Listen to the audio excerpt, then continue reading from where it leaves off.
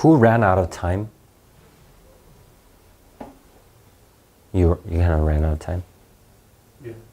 Well, yeah, I did all the questions, but... You kind of rushed? Yeah, kind of.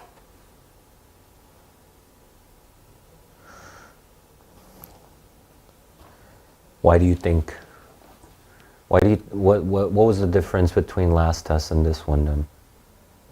I think I spent a little bit more time on the very, very last passage. Okay. And possibly the third one. Did you do the history passage last? Yeah.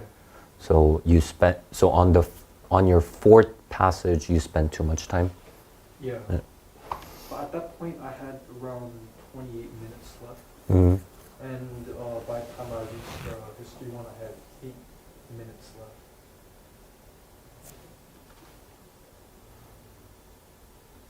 Okay, so on the very last passage, I think you spent too much time.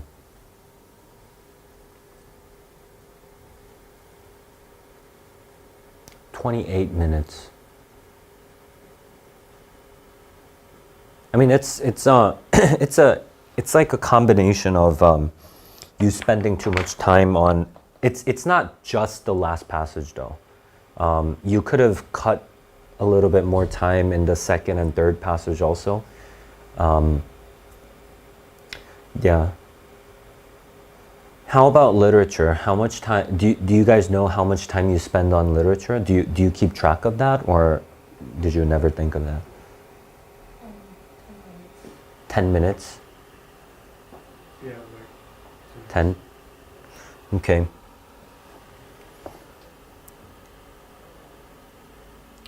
Ideally, what should happen in literature, because sometimes in literature it might seem like there's a lot of details that you need to catch and stuff, but if you have too much fun reading it, well, not fun, but if you immerse yourself in the reading too much, then that would be a time sinker also. Okay, so when you guys are doing literature, you wanna be thinking about that also. So you'd rather be in the mindset of, I'm going to get the gist of it, I'm going to locate the characterizations, but I'm going to come back later on when I'm solving the questions. Because inevitably, especially for like the line reference questions and so on, you can go back, you need to go back, right? I mean, you can't not go back for the line reference questions, right? So, I mean, I'm only telling you guys this because we've done a lot of tests now. So just try this next time, okay? So write this down and try this. If you want to cut time on your literature passage, you want to do the paired questions first.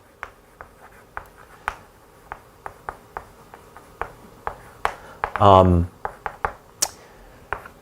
mean, but don't count too much on this. This isn't like a magic trick or anything, but at least potentially you're gonna be able to save like 30 seconds or like a minute or whatever.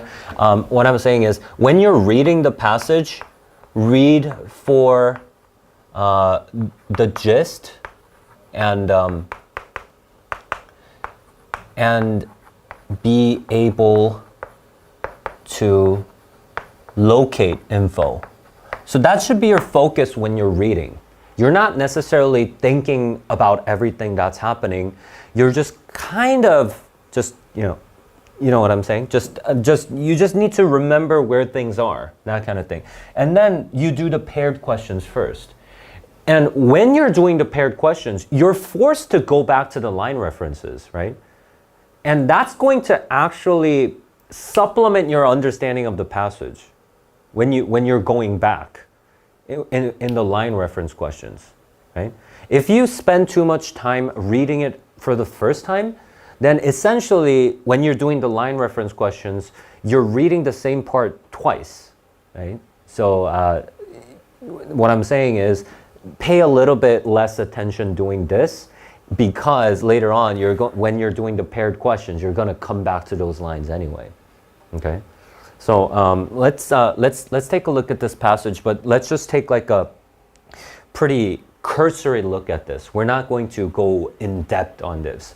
So we have the main character, and her name is Virginia, right? She found her old cello. Okay, so she has just found her old cello. This is key here, because this passage was her reminiscing about her experience with the cello. It's not something that happens in real time. She just found her cello and she's thinking about something that happened in the past, right? So let's take a look. She had not played seriously since college, so I know she's talking about the cello, right? So she quit a long time ago. So that's probably like the main thing in this passage. She quit the cello. So this is the idea that's going to be recurring, I guess. And then accompanying the theater's troops' performances and clowning around as her friend Parker picked out old Beatles songs on the piano didn't count. Okay, so what are these? These activities, these are activities that don't necessarily qualify as played, right? It's not, so like when she's going around with the troops' performances and just playing around, that didn't count. Right? She's saying that's not playing music, right? Playing music is something else. That wasn't real music. That's what she says, right? So what's real music to her? Real music to her is music that made you forget where you were, made you forget where your arms and legs ended and luscious sound began. So this is her definition of real music. This is how Virginia views music.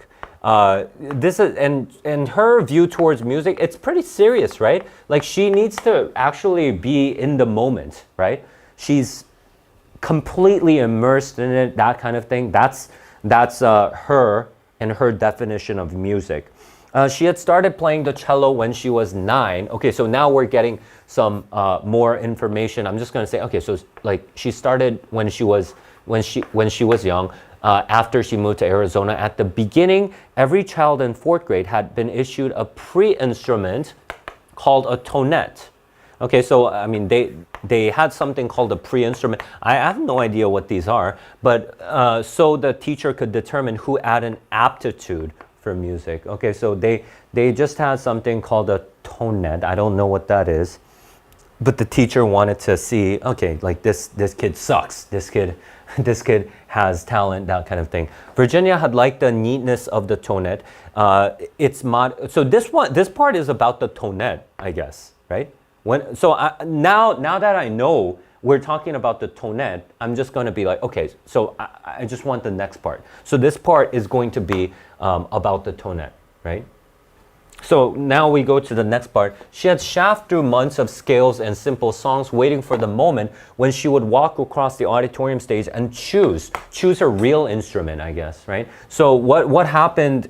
So this was just like a general beginning, and then now we're talking about her history, right? Her experience with music. So it started off with like something called a pre-instrument, some pre-instrument called a tonette, and then she moved on to the cello, and the story is telling us how she chose that, right? Kneel among the rows of somber black cases, undo the metal clasps and fling open the lid to reveal her instrument, a flute or a clarinet, glowing softly, half buried in deep blue velvet. So now this is about her choosing. This is this paragraph, right? It's telling us about this. So you want to keep it pretty neat. You just want to get the key word and you want to just move on, right? This is what's happening. But before she could make her choice, they moved to Arizona. Okay, so I guess this is like a key piece of information, right? Moved. There, the music instruments were stored in a classroom trailer, and when she opened the flute, okay, so I guess initially this is her experience with the flute now. She nearly winced from the glare. Okay, so that was her impression of the flute. So right, so now we're trying to make the switch, but we don't know what this is. I mean, in the end, I guess she probably chose the cello, but first we start off talking about the flute, and then what was her impressions on this? There was like a glare. bouncing off all that polished silver, those gloating caps and hinges. The clarinet was worse. Okay, so she did not like both of them. So the flute and the clarinet, they were both bad. This is so ideally your passage should look something like this. You're looking for the very key words and you're only getting that here. Okay. It looked like an over-designed walking stick, sounded like a clown laughing, and had reeds that needed to be soft. Okay, so this is an elaboration on how she did not like it. It's about worse, right? So that, leaving it that, I'm going to move on. The music teacher shut the cases with the succession of curt clicks. That leaves the strings, she sighed, leading the way back through the noonday. Before I go on, I want to write this. Okay, so she sighed, leading the way back through the noonday blaze and into the main building where the violins, violas, cellos, and double basses were housed. There, by virtue of its sonorous name, Virginia asked for the violoncello and was too intimidated by the teacher's growing impatience. Okay, so this is something that we need to know. I mean, this is some plot point, right?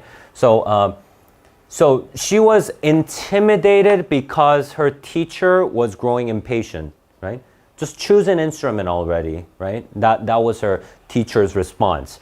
To protest when what emerged from the back closets was something resembling not a guitar, but a child-sized android. Okay. In her anguish, Virginia bowed her head and blindly accepted. Okay, so like she did not feel good about this either, right? She only chose this because she was intimidated by the teacher, right? It was not long, however, okay, so I guess she liked it after this. Before she realized that she had made a good choice for the sound, okay, so this is the reason why she liked it, why she thought it was a good choice. Sound of its name was synonymous with the throbbing complaint that poured out of its cumbersome body. Okay, so she liked the sound, right? So this is her reason, okay? So we're going to come back to this when we're solving that question, okay? So I want to get into this question when we're solving the question. You don't, so like, don't get too preoccupied thinking about this because you need to think about this again if they ask you a question about this. You know what I mean? So just leave it. It took her nearly a year just to learn how to hold it properly. She had been accustomed to practicing after school, but one weekend evening while her parents were out, she dragged the instrument into their bedroom. Okay, so she's learning it and used the pillows to prop the music on the armchair. She was just about to sit on the edge of the bed when something, maybe the shadow thrown from the flowered lampshade or the slats of light sifting from the street, made her want to do things right. Okay, so now this is just one weekend evening. So this is like one instance of some event that happened, right? We're just describing an event, and then she felt the need to do things right. She got a straight back chair from the dining room and sat down correctly, bringing the instrument slowly toward her body. Lamb picked up the striations down the back of the wood, each strip. So this is just describing her experience playing the cello one time, right? That's all it's doing. And that's what you need to understand here. Don't get too caught up with the details, like with this, you know. But meeting its mate at the spine, a barely perceptible seam. For the first time, she saw the back of the cello rounded like a belly, the belly of a tiger she had to bring close to her. Okay. I mean, this is an analogy. Taming it before she was torn limb from limb. She had to love and not be scared. Okay, so like this is her struggle to, I mean, work with the instrument, right? She's saying it was like a tiger and show the cat, so this refers to the cello, that it did not need to growl to protect itself. The animal stood on its hind legs and pressed its torso to hers, one paw curled. Okay, so it's cute. Cute analogy, right? Okay, so we're talking about the cello, but this is just, I mean, we're using a tiger analogy. Why are we doing that? I mean, she's not fully comfortable with it, blah, blah, blah. Love and not be scared, that kind of thing, right? Funny how fantasy works and memory. I haven't thought about that evening. So that evening is that evening we just discussed, right? When she actually wanted to do things right and when she wanted to play the instrument right. Virginia bent down and laid the cello case on its back as she knelt to unsnap the metal clasp. So now she opens it. So this is, we know from the prologue that she's looking at her old cello and she's reminiscing about it, right? And that's made obvious in the last part also, right? In the last part, she's like, oh, okay, yeah, I remember that evening. And then she's opening the cello again. Okay, so that's the story. Okay, all right, so let's go to the questions. Okay, so there any questions that were particularly difficult?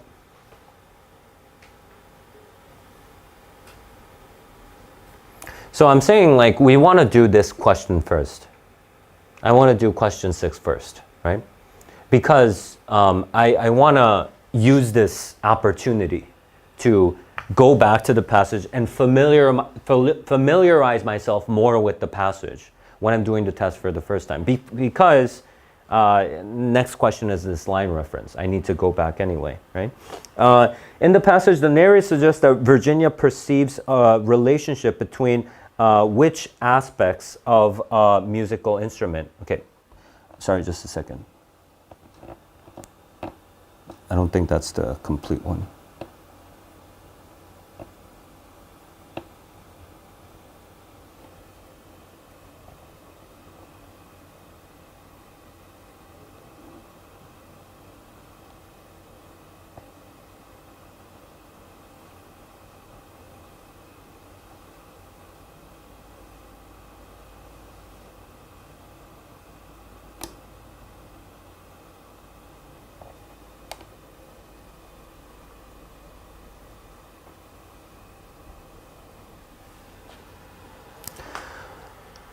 Okay, perceives a relationship between which aspects of a musical instrument. Okay, so this is my thought, right? Musical instrument, and then there's some kind of relationship between something and something, right? That's how all the answers are phrased, right? What it's called and how it sounds, how it should be played, and the maintenance it requires, right? So that's what I'm looking for. I'm looking for a musical instrument, and then like some aspect of the musical instrument. I'm going to be talking about 2 things, right? So what am I going to do? Just go back now, right? So 19 to 25. 19 to 25. Okay, shaft through the months of scales and simple songs waiting. Well, okay, so this is about when she was doing the tonette, right?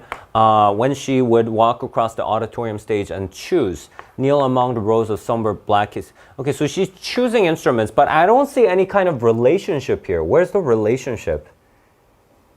I don't see anything. Like, I need to see 2 things and some kind of correlation between them. So I don't see that here. What's the next line reference? 26 to 30. Okay, so here we go. Before she could make her choice, they moved to Arizona. Okay, so that of course has nothing to do with the question. There, the music instruments were stored in a classroom trailer, and when she opened the flute case, she nearly winced from the glare. Okay, so I mean, she saw the glare, but I still don't see any kind of relationship.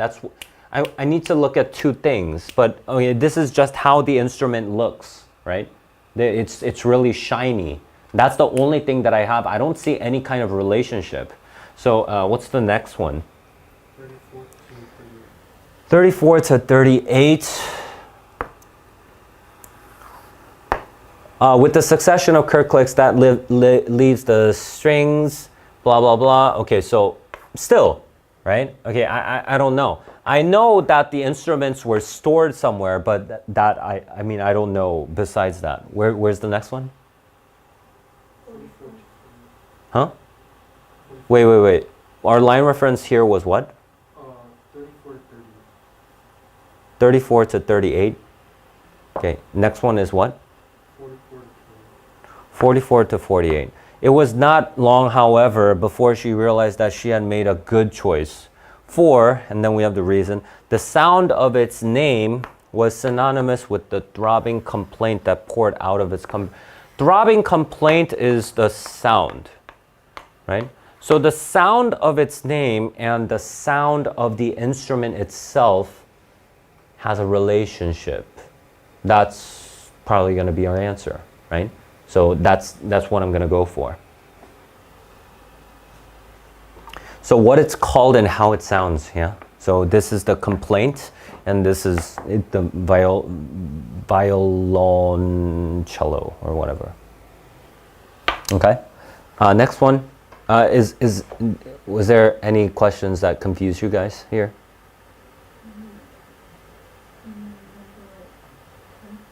2? 10?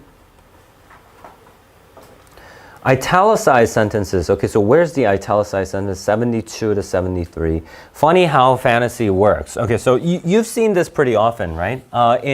In literature, when something's italicized, what does that mean? This is what sometimes they only use it to emphasize certain parts, right? You italicize certain parts to identify certain words or something like that. But if it's like an entire sentence or phrase, that means that's what the character is thinking. We're in their head, right? So this is in her head. Funny how fantasy works, right? That's what she thought.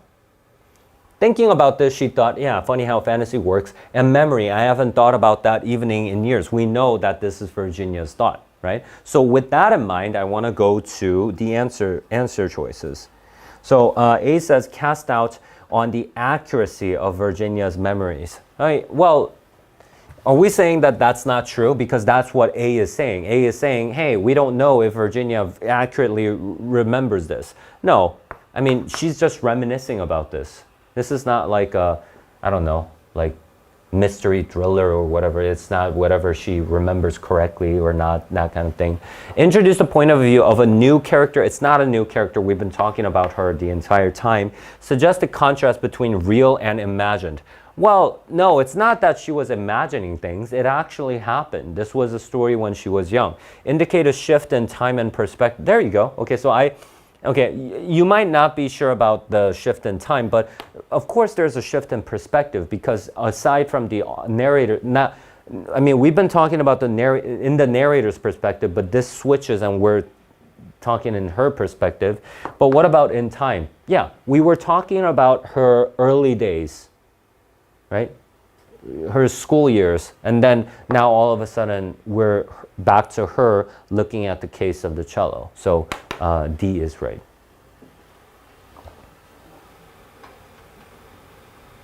Okay, good. All right, so let's go to the next passage, and this passage we're going to try to make it quick also.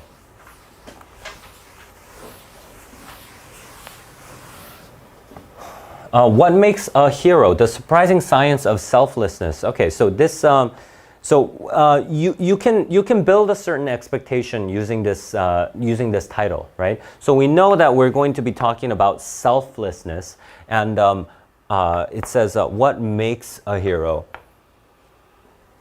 If it says what makes a hero, I can take this in several different ways. I can talk about in order to make a hero, what do we need to do? Or what is a hero made of? Or what causes a person to become a hero? So there's a lot of different ways to interpret this. So I don't want to make up my mind here, but there is something new, right? Some new finding, at least it's new for us, right? So something that we did not know about selflessness. So what is that? So that's what I'm curious. What's that new thing? What's that really intriguing thing that I need to know about selflessness? So that's how I'm going to go in. Variety of studies have confirmed, okay, so a variety of studies have confirmed the strength of the connection between altruism, so this is selflessness, right? And well-being. There we go. Okay, so now we're done, right? Basically, that's it. For a while. for a while, this passage is going to be discussing this, and then it's going to give us supporting studies that support this statement, right? So, I mean, obviously, it just said connection. So my guess is if you're more altruistic, then you're more likely to be like in good health or whatever, right? Okay, so in 1999, so now all of a sudden the scope is reduced. So now we're going to probably talk about a study that supports this correlation. So our correlation, of course, is altruism is correlated with well-being. What about besides this? I don't know. All right, so let's, so I see this scientist. So I want to, so remember always to box the scientists, because you're going to have a hard time going back to the scientists. I mean, you don't want to waste like 20 seconds trying to look for the scientists, trying to physically locate it. So make sure you box them the first time they show up, always, right? So CS, map, blah, blah, blah, and her colleagues divided multiples, blah, blah, blah, blah, blah. All right, so I'm just going to go to the result, right? Because I know what the result is going to be. The result is just going to be this, I'm pretty sure. That the helpers reported profound improvements in their self-worth and their moods. There we go. Okay, so that's this illustrated here. So this is ideally how I want to annotate this passage, right? Do we need to know this? No, not really, right? These people seem to be blossoming. They talked about how helping other people transform their experience of multiple sclerosis from something that victimized them to something that enabled them to be a positive force, right? This is just elaborating on this, right? So I don't really care about this either, right? So what's the important thing? I have this, a variety of studies say this, and then I have one specific instance of a result supporting this statement also, right? And then I go to the next part, and then it says in 2010, in a 2010 survey, okay, so now I have an additional study. So this study is probably going to go along the same lines again. Of more than 4,500 American volunteers, 89%, nearly 9 in 10, stated that volunteering improved their sense of well-being. Okay, volunteering, this is an instance of selflessness also, right? So this increased their well-being, while a sizable minority reported that it lowered their stress levels and enhanced their sense of purpose in life, right? So again, these results again support this, right? So we have that 2010 survey, and that survey's results also going to support this. So I don't have anything new so far. So I'm just looking for that new point, right? When am I going to have some new information after a certain transition? This connection appears to hold true regardless of culture. All right. So this is something that I need to pay attention to. Why? Because this is something that I did not know, right? The only thing that I know was that these two factors have a correlation, but this is a new idea, regardless of culture, right? So I'm just going to say this effect happens regardless of culture. So it happens in every kind of culture. And then it says in 2012, okay, so 2012 probably going to reinforce that belief. It happens regardless of culture. Those who volunteered more often scored higher on happiness measures. So this is study of old Maori and non-Maori in New Zealand. So so this one rules out that it's because of culture. It rules out the possibility that it's because of culture. Everyone does that. Well, anyway, in best case scenarios, regular helping may even help stave off an early death. Okay, so this is a new idea also. So idea that I have so far, number one, this, number two, this, and strictly speaking, number three is a subcategory for one, right? Because it's well-being. But anyway, regular helping. So regular helping may even help stave off an early death, right? So we're not going to have, we're likely to not have an early death if you help a lot of people. Analyzing data from more than blah, blah, blah, longitudinal blah, blah, blah. Researchers AH and CT found that frequent volunteers had a 90% lower chance. That means volunteering is associated with longer survival independent of advantages of social ties provide, right? So this is, of course, this idea mentioned here again, right? So we're going in the same format over and over again, and then so I have an experiment also supporting this statement, right? So these are the three ideas that I have. I know that there are no other ideas. I just know that I didn't read the processes for the experiments. But if they ask me a question about that, I can go back and answer it then. While many, even more dramatically, okay, so I skipped this. Even more dramatically, okay, so if something's more dramatic, then that should be more dramatic for me too. So this is something that's important for me. When University of Michigan researchers studied 420 blah, blah, blah, blah, blah, helped others, 60% less likely than those who never helped, right?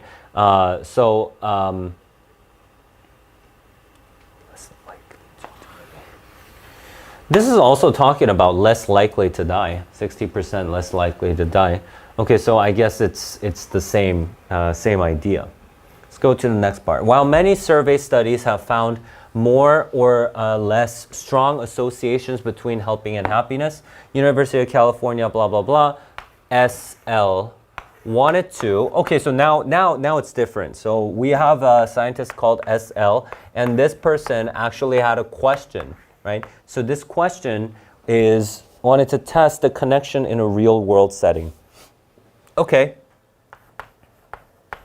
Test the connection in a real world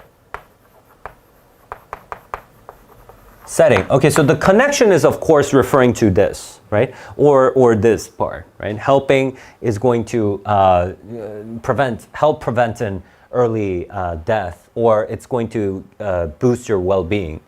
She asked students to carry blah, blah, blah, blah, blah.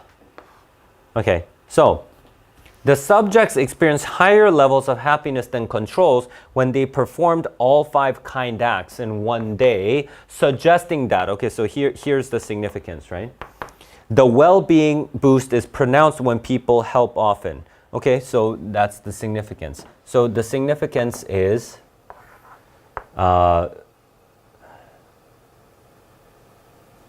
help often,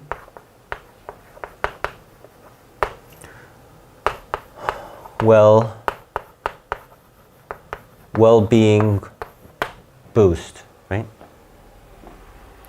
Interestingly though, okay, so if it's interesting for this person, if it's important, it's interesting for us. So what's the interesting fact? Students who spaced the kind acts out, performing them on different days, didn't experience the same happiness boost. Oh, okay. So if we do it often, right, there's that well-being that comes along with it. But if we don't help often, so let's just say we sporadically help. So let's just say sporadic helping. Okay, so sporadic helping, it does not necessarily help us, right?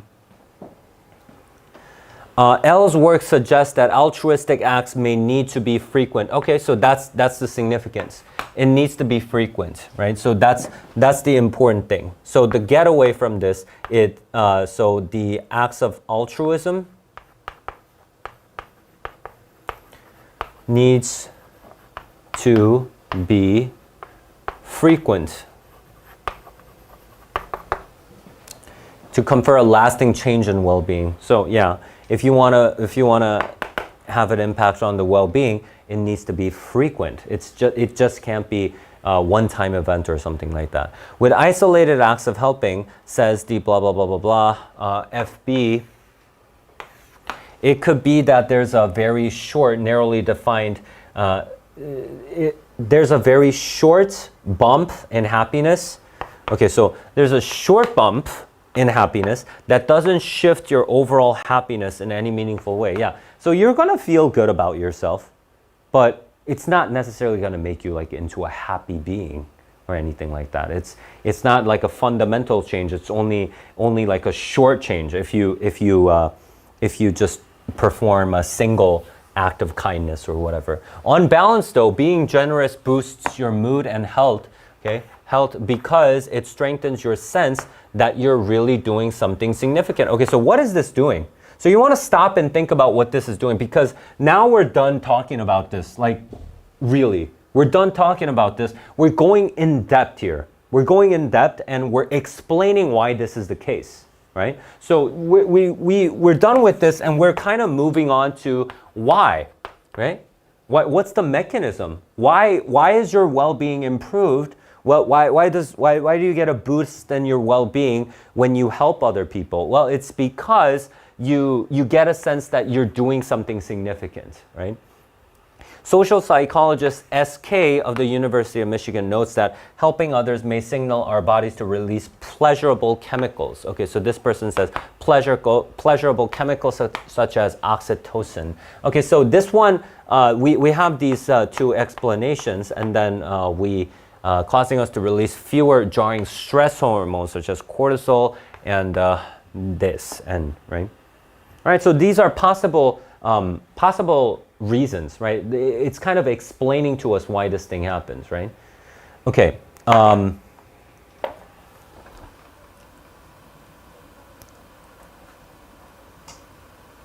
Okay. Okay. In order for us to use time more effectively today, we're going to take an early break, and then we're going to do the questions and do the writing, and then you guys are going to do math, and then we're going to finish the other passages, okay? So let's take like an early break right now. Okay.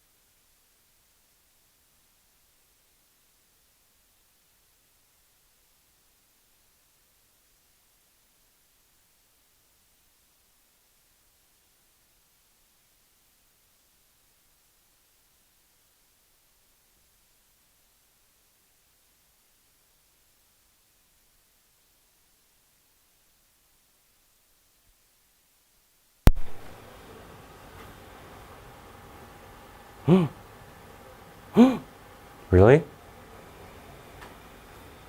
Number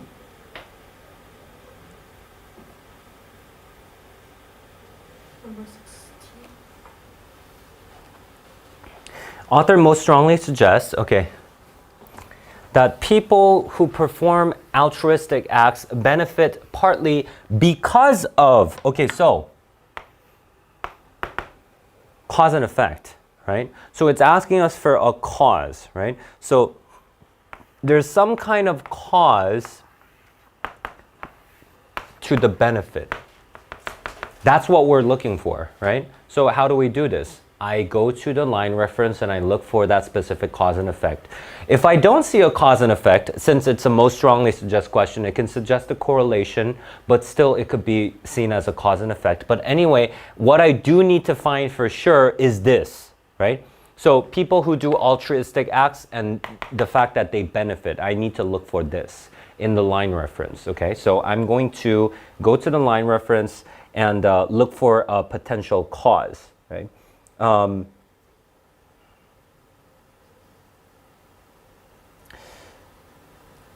not going to look at 3 and 8 though. I'm not going to look at 3 and 8. Why? Okay, well, first of all, the most ideal thing that should happen when you're solving this question is you remember that the last part was talking about the why as to how it happens, right? This part. So, throughout the passage, they're only discussing the fact that there is a correlation. There is a correlation. Regardless of culture, there is a correlation. It staves off early death. It does happen. Look at the test. It did happen. And then they discuss the why. So ideally, you should start looking from 68 to 71, right? And work your way backwards, okay? So let's check 68 to 71. So 68 to 71 says, others may signals our bodies. Okay, so yeah, right? Notice that helping others may signal our body to release pleasurable chemicals. Okay? Boost we get from, it stops here.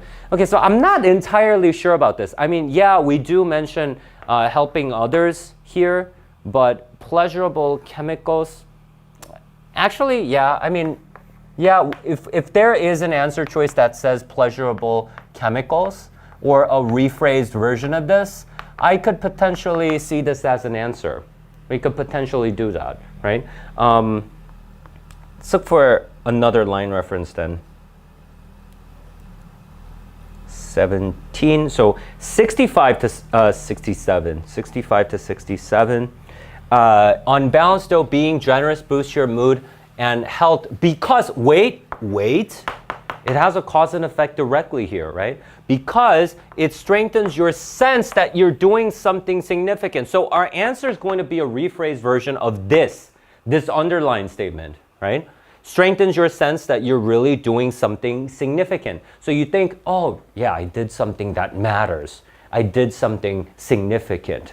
That's going to be our answer for sure, I feel like. Right? So A says, beliefs that they hold. Yeah, the belief that they hold is that they did something significant. This could be a rephrased version of that, about the effect of such acts. Okay, so this is possible. Feedback that they receive from those. No, this is basically saying, hey, there are people and the people are going to tell you, hey, thanks for doing this for me. No, we weren't talking about that, right? Changes in brain chemistry. Okay, so changes in brain chemistry. This is kind of different, okay? Well, first of all, I'm leaning more towards C and this because in the line reference, I had that because, right? So this is more direct than D. And second of all, it's not necessarily brain chemistry. It releases pleasurable chemicals, but does that change the brain chemistry? Does that change how the brain's chemistry works? That occur when and also this part that occur when they merely think about such acts. So you just get that when you just get that feeling. I mean, there's a change in your brain chemistry when you only think about performing them. No, not really. Social approval? No, that's not it. Right. So the answer should be A, and then C, right? So A for 16 and C for 17.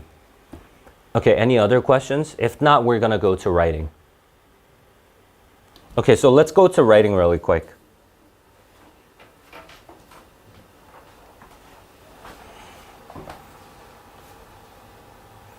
All right, so starting from, okay, so in between question 1 and 11, if you have any questions, we'll go over that first. So in the first passage, 1 to 11, if you have any questions. Number 6.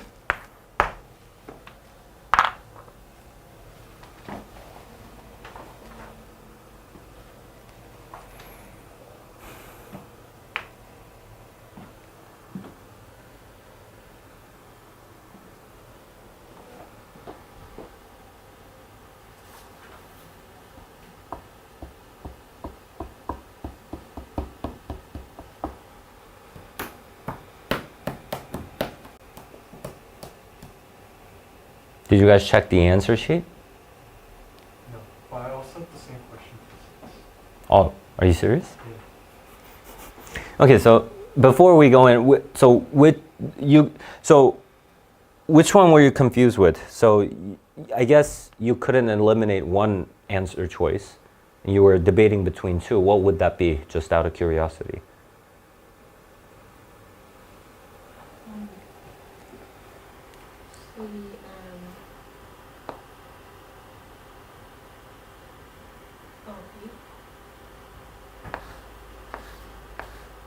What about you? C and D.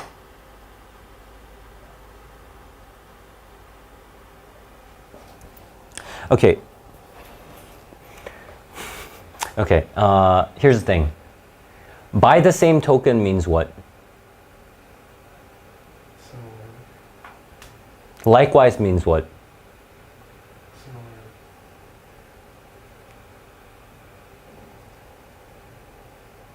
In any situation that you can say by the same token, can you say likewise?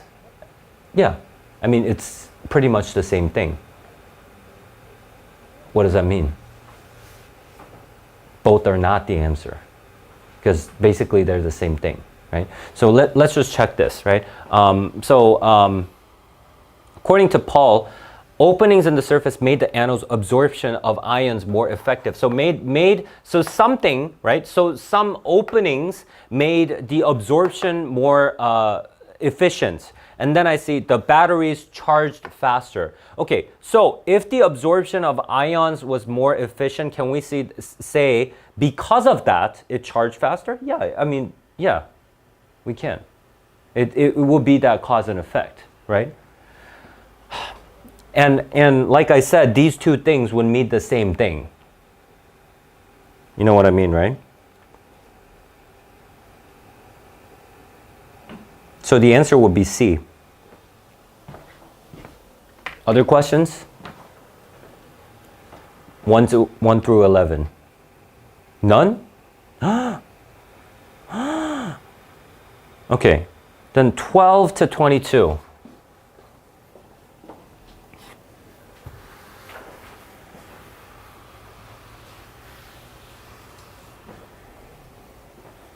Number 18.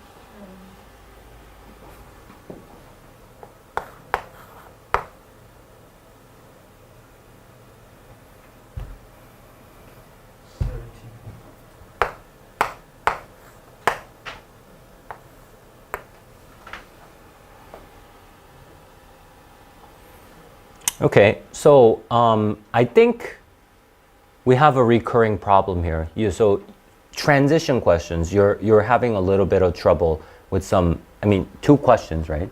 So you want to remember that. You want to remember that you can be a little bit uncertain on some transition questions. And so you want to, I don't know, maybe you want to review the transition words. Like, I mean, you know, if you look at the spoon-fed book, page 52 to 54, these are going to have all the transitions. So first of all, you want to make sure you know all of that. And also, you want to make sure you're looking at the phrases. You're not just having like a jumbled up version of the sentences and you're just abstract, in very abstract terms, thinking about the relationship between the two sentences. And you want to also pinpoint, you want to go through a process of elimination. Ask yourself, okay, could this be a contrast? Could this be a cause and effect? That kind of thing, right? All right, so this is...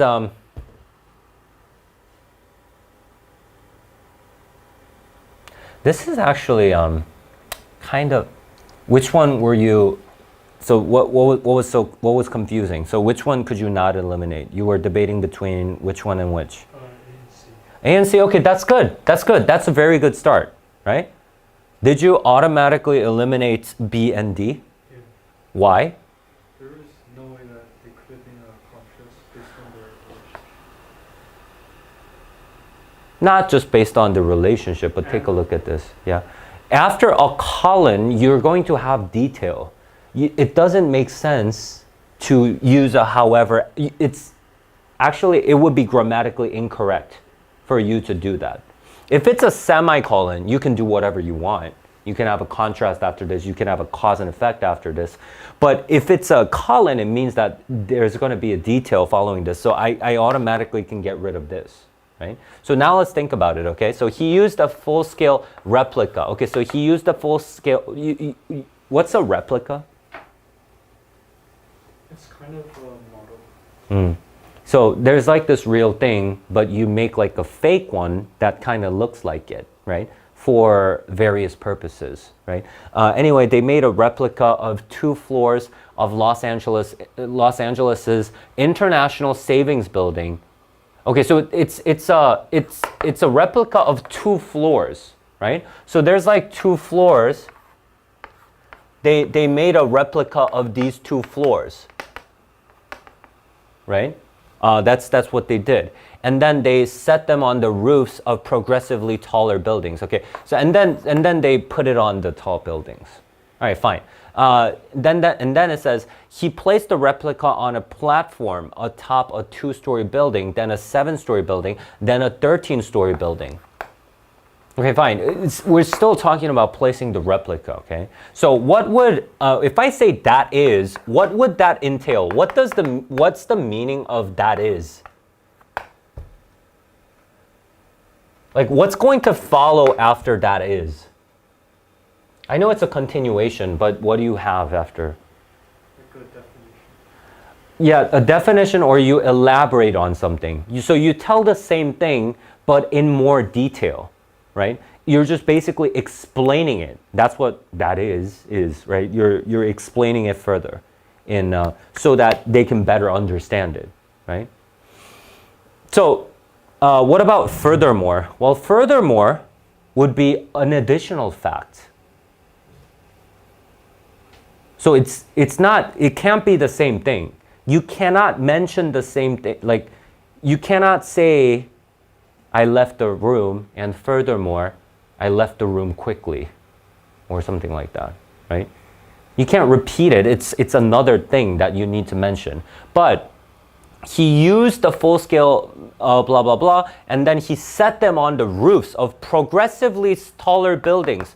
Let's see if you see this. 2-story building, 7-story building, then a 13-story building. So it's elaborating on this. So it's basically saying the same thing. So it's that is. You understand? Good?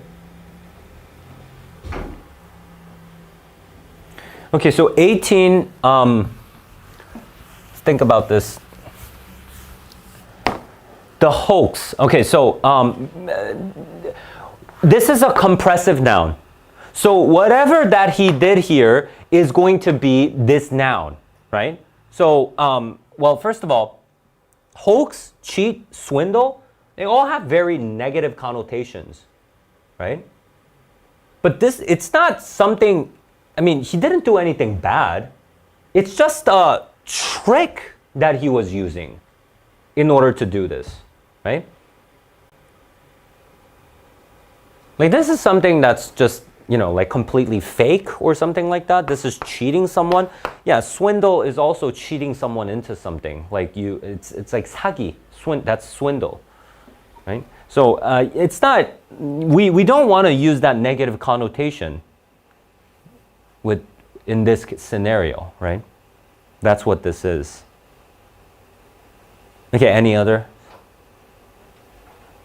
Okay, what about the third passage? So starting from number 23 to 33.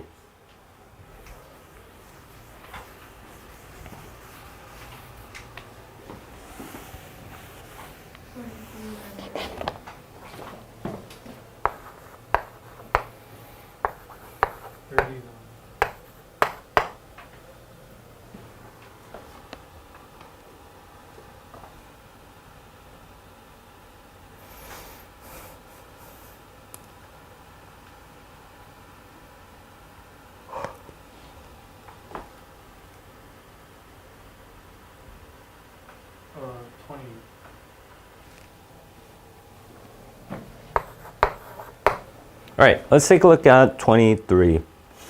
Okay, so this is add or delete, right? Add or delete. So what am I going to do? I'm just going to read the entire paragraph. You need to know the flow, right? Okay, so the title is Give Art a Sporting Chance, right? So, and based on our understanding, and we know that it's like including the arts and to the Olympics and that kind of thing. So let's take a look. So PC, this guy, the founder of modern Olympic Games. Okay, so this guy made the Olympics, was a proponent of Olympism. What's this? A philosophy of life that celebrates the mind as well as the body. That's Olympism, right? Celebrating mind and body. The arts as well as athletics. Okay, so this mind, body, arts, athletics, right? So that's Olympism. So to see, this philosophy had best been embodied in the ancient Greek competitions, which prominently featured artists as both performers and commentators, right? Okay. And then it says, determined to bring the ideal of Olympism back to modern games, C incorporated into the 1912 Olympics an arts competition called P of the Muses. All right, so we're talking about art. That's like the thing. Do you get it? Okay, so in the beginning he said, this is Olympism, celebrating the mind and the body and arts and athletics, right? And arts, athletics, and then he thought, right? This guy thought this philosophy best been embodied in competitions, and even when you look at these competitions, these include artists, right? So that's like our main thing. So you take a look here, we're talking about the arts, and then what does it say? The Olympic decathlon, a series of 10 track and field events, was also, okay, so this is talking about athletics. So do I need this? No, the focus is on art, right? This guy wanted Olympics to include arts. That's like the main idea of this paragraph. So I'm going to say this is an irrelevant or loosely related detail. So I'm going to go with C or D. Because it mentions information that lacks relevance to the main topic. Okay, so this one, it's okay. It does not indicate who was why do we need to indicate this? Is there a reason why we should indicate this? So not this. Right? So C is the right answer. 28.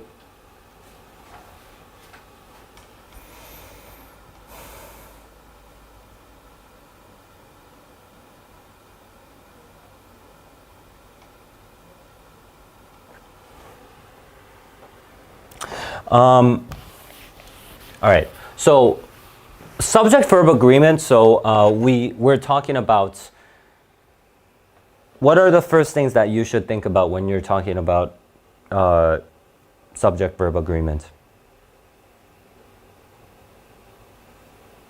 Past, present. Yes, first thing that you should think about is plurality, right?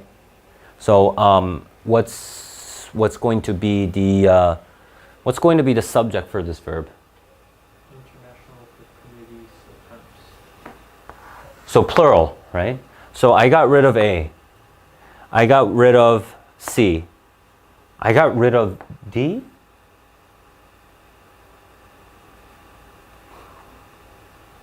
Hello? Huh? Yeah? I mean, I wasn't expecting to get rid of 3 answer choices.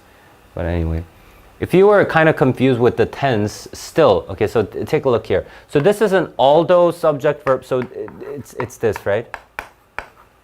And I don't have any particular triggers that are going to suggest another tense or anything. So I want to keep the tense here the same, right? So it's been resigned. So has long since been rescinded. So I want to keep that also. So I want to stay in the present perfect also. Okay.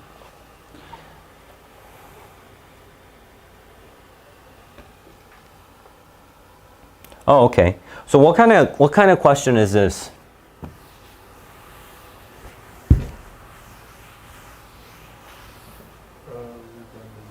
Redundancy, right? What does consign mean? Relegate.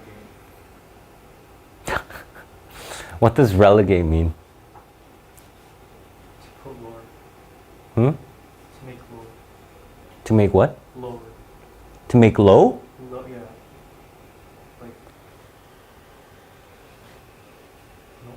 No. No.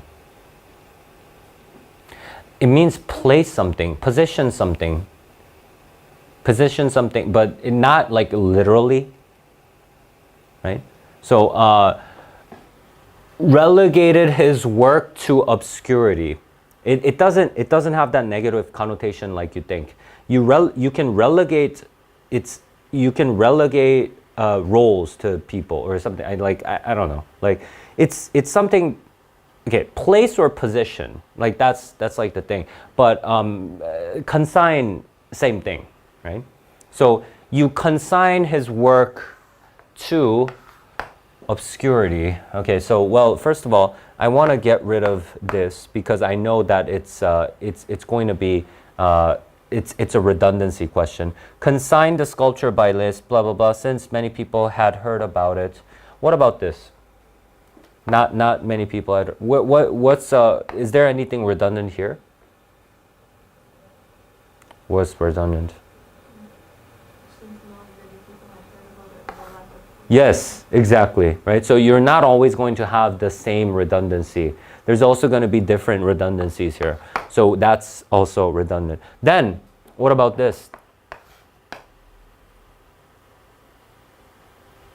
It's just different in terms of meaning. If I say led, what's that going to be? Led to. The lack of publicity led to virtual obscurity. That's not what we're trying to say, right?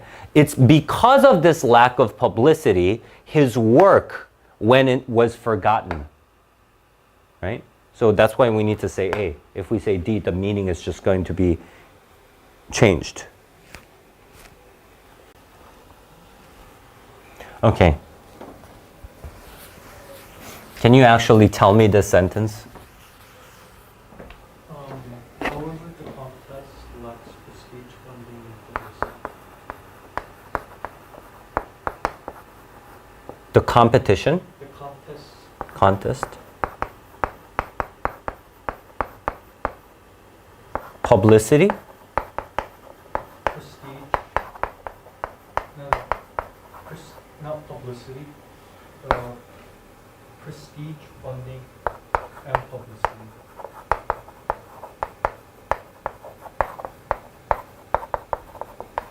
Okay, so we're trying to place this sentence somewhere. We need to go back a lot, actually. Okay, so the contest lacks prestige.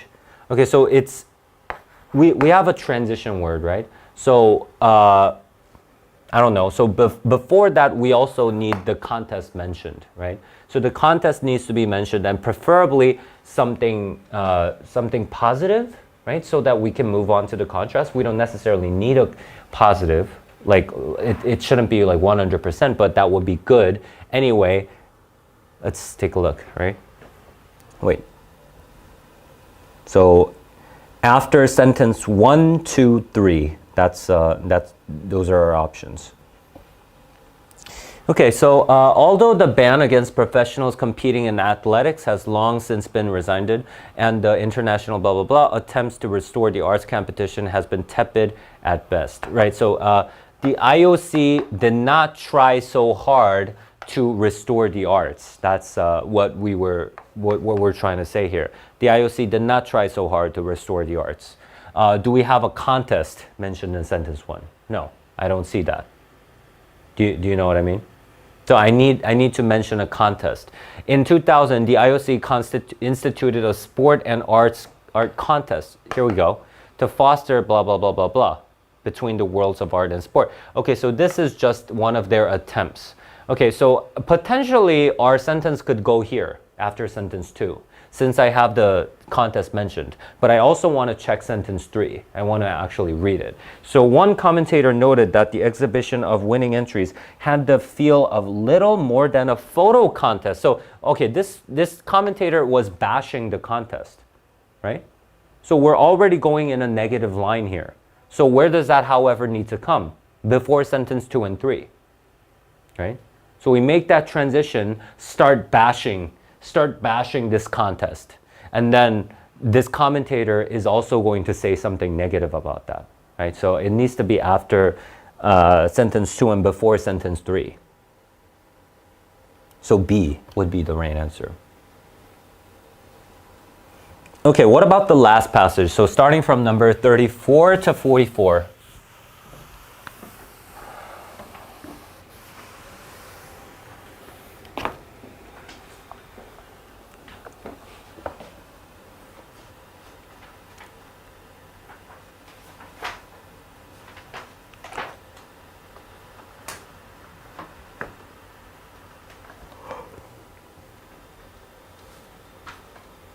Number 36.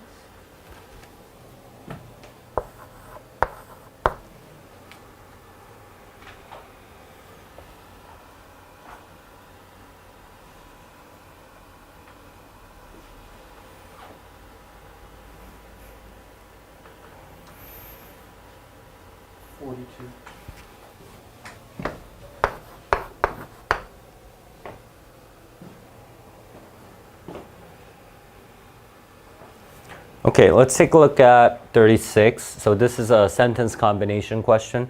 Remember always that you want to read this first. You want to think about the relationship between the two sentences, and then when you're checking, you want to go for grammar, meaning, and relationship first, and then you want to think about concision. So when I'm doing a first pass, I'm not thinking about concision at all.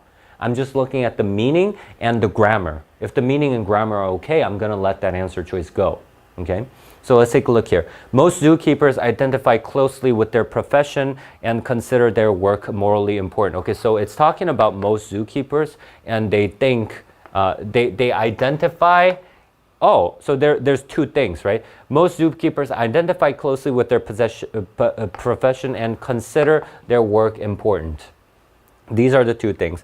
These findings about zookeepers. Okay, so these findings refer to probably these two things, right? So these findings about zookeepers are demonstrated in a study by business professor J. Stewart, blah, blah, blah, blah, blah. Okay, there you go. So these findings demonstrated in a study by these two people. Good. All right, so let's take a look at A. Two findings about zookeepers. Can we say it's two findings? Yeah. Right? So because we have this one and we have this one. Okay, fine. I'll let that go. Which are that most identify closely with their profession and consider their work morally important. So we have both of the findings here are demonstrated in a study by blah blah blah. So this is okay, right? The relationship, I mean, the relationship is just a normal continuation, and that's included there. And the grammar itself is okay, so I'm going to let this go. What about this one? A study by business professors, blah, blah, blah. There should be a comma here, okay? So a study by blah, blah, blah, a study that focus. Okay, so this one is wordy, but I'm still going to let this go, right? A study by this a study that focused on zookeepers, demonstrates that most okay, so we have all that information needed, and I mean, it's worthy, but I'm still gonna let this go. C, as a study by blah, blah, blah, blah, blah, demonstrates, okay, so this is the second part, most zookeepers identify closely, so we have, okay, this is good.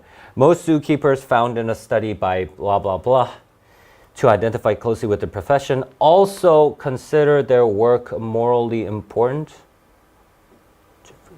Okay, this one, the meaning changed, right?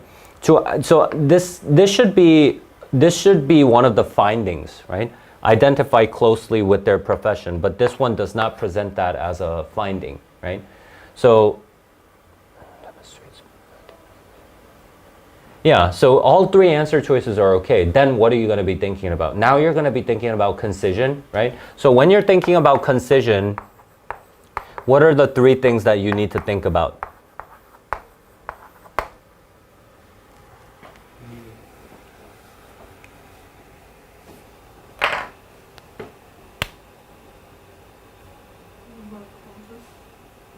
Yes. What does concision mean? Short. Yeah, concise, right? Why did you say meaning? Because even though short, it should. No. Don't reason with me. Just, I mean, we talked about this so many times. Do you know what we're doing right now? Yeah. Are you sure? Yeah.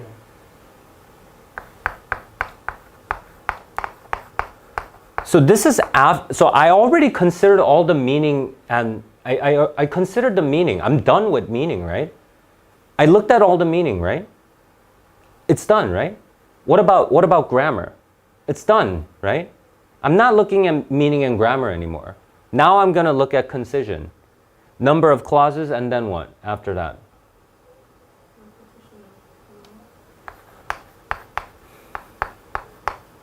Yes, repetition of pronouns or just repetition in general, and then after that.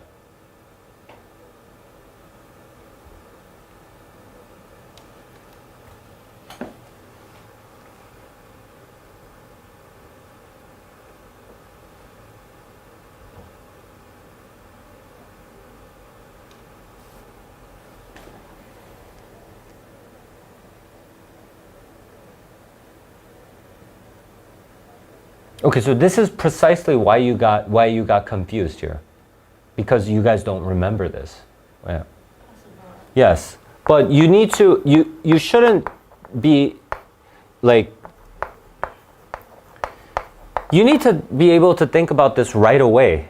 Like this should be like right off the bat, you should be able to come up with this, okay? So first thing, I'm gonna look at the number of clauses, but if you take a look at it, I mean, it just seems like they all have 2 clauses at least, except I guess this one. But this one, I mean, this one is just kind of weird in this, I mean, it also has this relative clause like in the middle. So I guess like number of clauses is the same, but repetition. So the repetition that the most notable repetition that I saw here was here in B, right? A study, blah, blah, blah, a study.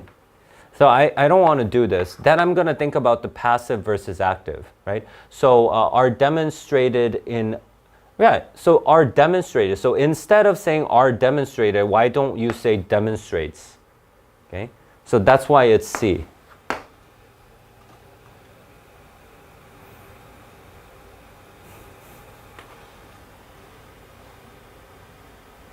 Okay, so you need to remember this, okay? So when you're reading and you do your initial pass, you're just looking for grammar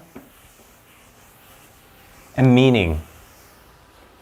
Meaning also includes relationships. And then after you do that, then you look at the concision. Concision is going to be number of clauses, repetition, and then passive versus active voice, okay? 42.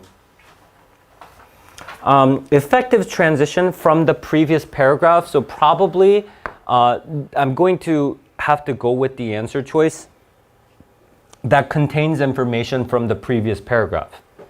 Okay, so I'm going to look at the previous paragraph. I'm going to read this entire thing. Okay, so the wholehearted commitment of zookeepers to their profession can lead them to make sacrifices. Okay, so commitment can lead to them making sacrifices, and then gauged zookeepers' willingness to give up free time. Okay, so in particular, giving up free time. So this is an illustration of making sacrifices to perform important tasks at the zoo without additional pay. Yeah, this is an instance of sacrifice, right?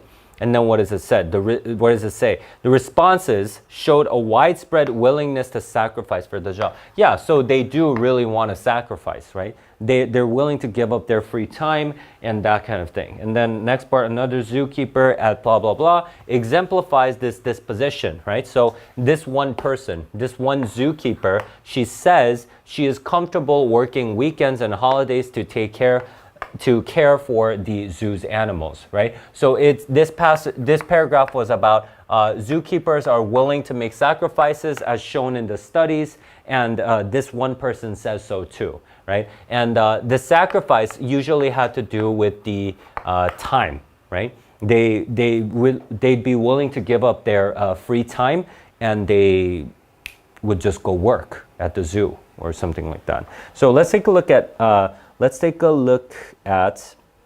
A. A says, all right, so did we have anything that says interacting with the zoo's visitors? Of course not, right?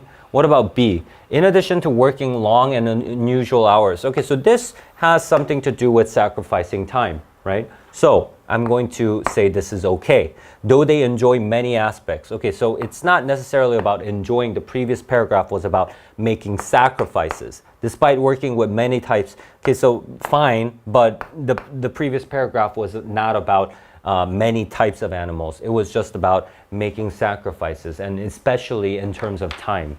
So that's why the best transition in this case would be B. Okay, so if you guys, you two, you don't remember how to do sentence combination questions. So make sure you identify stuff like that. So I'm not just saying just for that question type, but for others too. If you don't remember stuff, in terms of methodology, if you find yourself going just in autopilot, if you find yourself in autopilot, not just thinking about the questions, not thinking about the methodology, but if you're just going through the questions blindly, you need to go back to your notes and think about each and every methodology. Do you know what I mean?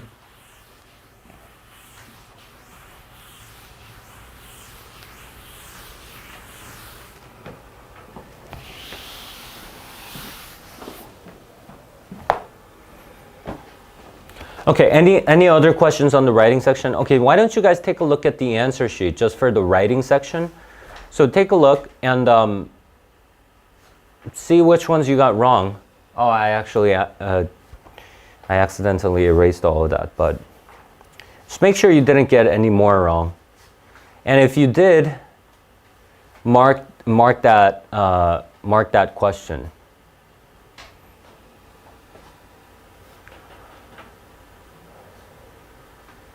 Oh,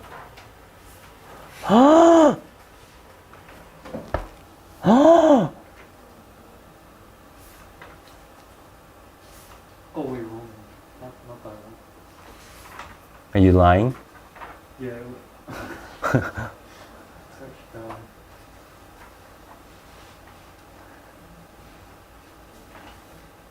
one.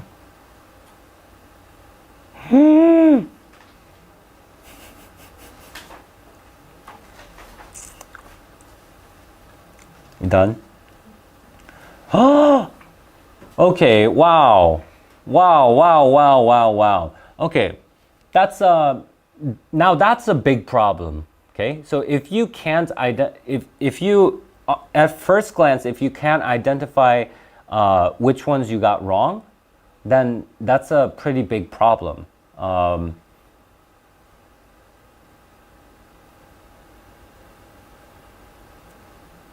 We'll talk about this a little bit more once we get back, but you guys should get ready for your math session. Okay? So take a look at the math section also, okay? Just take a look, and then, yeah.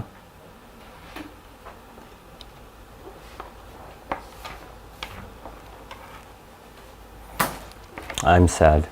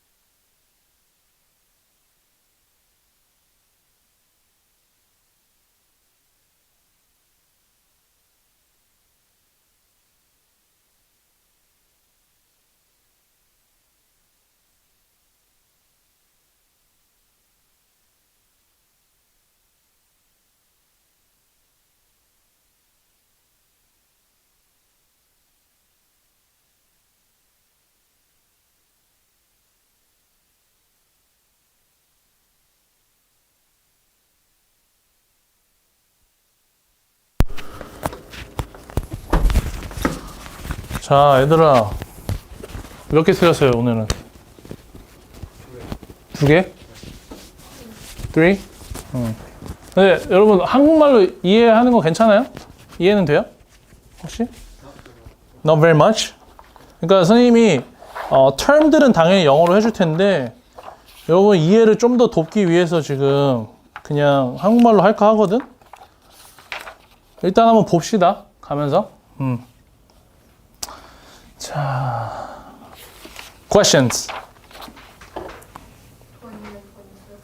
21, 26? 20 and 26 in section 4. Section 4, 15, 15, and 37. 37. That's it. Okay? 자, 17 봅시다. 아, 15. 자, 15 볼게요. Okay. What type of question is this? Statistics. 읽어볼까요? A park ranger asked the random sample of visitors how far they hiked during their visit. 자, 여기까지만 봐도 statistics이죠. statistics에서 random sampling 나오면 it's about survey. Okay? Surveying, random sampling, and then what do you think? Random sampling 나오면 what do you do? How do you make it random sampling?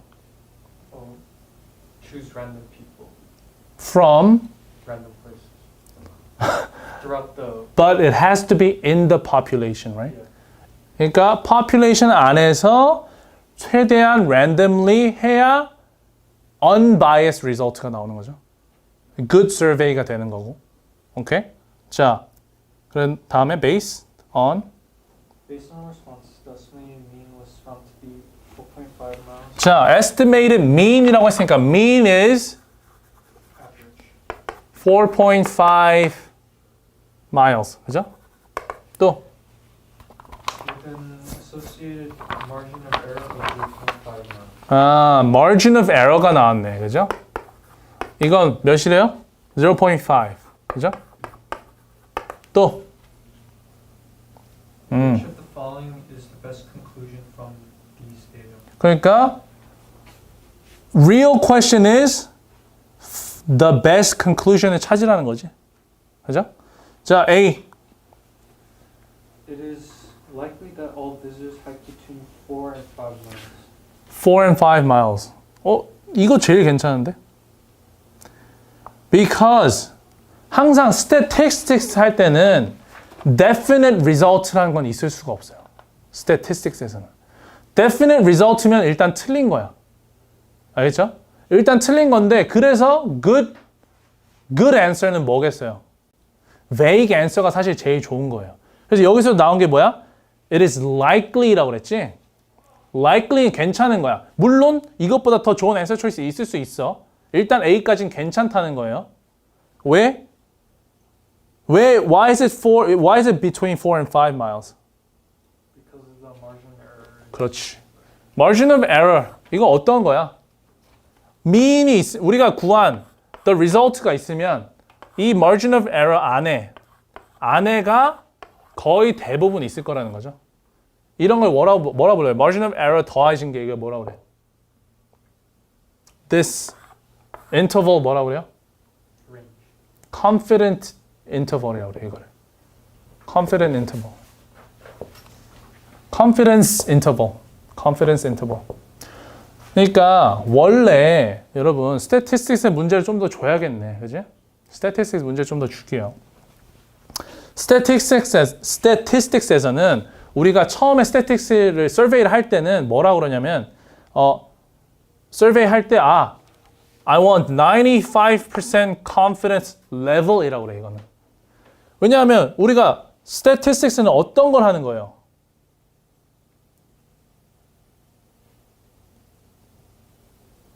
뭘 하는 거야? survey는 뭘 하는 거야?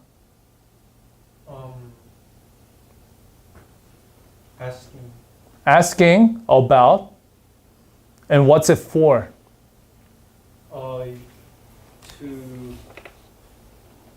create some data. Create the data. Yeah. Data for what? Like a research. For research? Yeah. 그러니까 정확히 뭘 물어본 거냐면 statistics에서는 우리가 어떠한 population의 트렌드를 알기 위한 거잖아. Is this population walk a lot? Does the population love ice creams? Do they have more younger adults or senior adults? 뭐 이런 그런 트렌드를 알기 위해서 하는 게 statistics잖아요.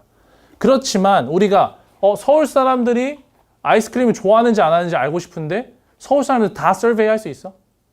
없죠. 없기 때문에 몇 명만 하는 거야. 근데 몇 명 이상이 되면 내가 봤을 때 한 1000명 이상 하면은 한 95%는 확실할 것 같아. 이 데이터가. 아니면 99.5%도 있어요. 그러니까 이런 거는 나중에 이제 실제 스탯 하면은 기준이 있어. 그 기준을 정하고 시작한단 말이야. 내가 이 서베이를 하면 95%는 확실해. 이 정도 내가 서베이를 하면. 그 기준을 먼저 정하고 시작하는데 그 기준도 95% certain 하는 거잖아. 그지?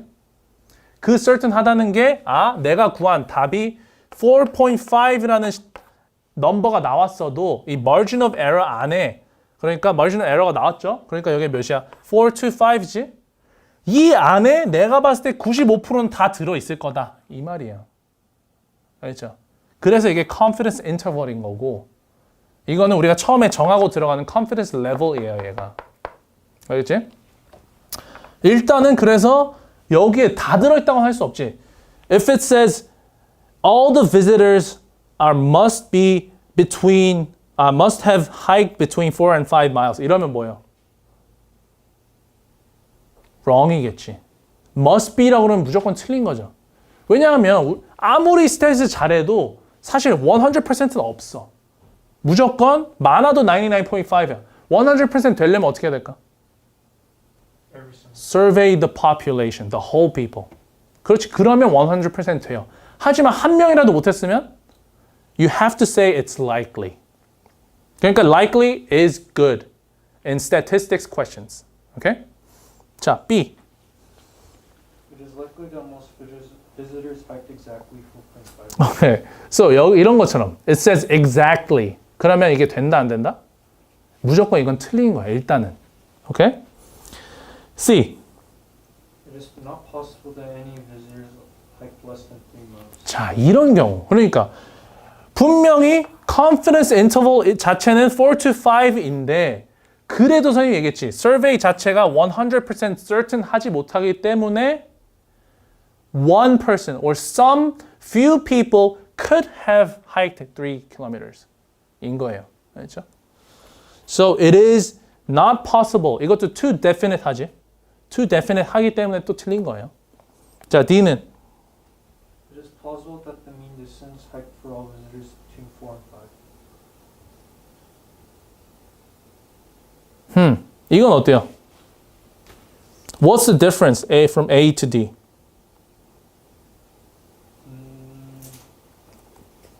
D says that it's probably unlikely that all the visitors hiked between 4 and 5 miles. While A is saying that it's most likely all visitors they hike between 4 and 5 miles. 그래서 답은 뭐예요? D. D예요? 그러니까 여기서 it is likely that all visitors라고 했죠. 여기서도 나쁘진 않았어. likely라고 했기 때문에. 근데 it said all visitors라고 했고 D는 it is plausible that the mean distance hiked for all visitors. 그러니까 mean distance잖아, 그렇지? 여러 개를 한 다음에 mean이 이렇다는 거지. 우리가 all visitors 자체가 4 and 5라는 건 아닌 거고, 그죠? 오케이. 그래서 D인 거고. 어쨌든 too definite 아니면 all 아니면 no one, nothing possible 이러면은 too definite 한 말은 안 된다는 거죠. 알겠죠? 오케이? 자, 15 했고 20 봅시다. 그럼 여러분 statistics 문제를 좀 풀어볼까? 그냥 과제로 좀 줄게요. 스탯 괜찮아요? 아니면 본인이 좀 취약한 부분을 자기가 안다. 유나 어때요? 스탯 좀 취약해요? Depends. Depends on. Okay, so what type of questions do you want to solve more? Think about it, okay? Think about it. 자, 20 갑시다. 20. Which of the following is closest to the percent by which the price of hay baler E exceeds the price of hay baler C? Okay. 자, what type of question is this?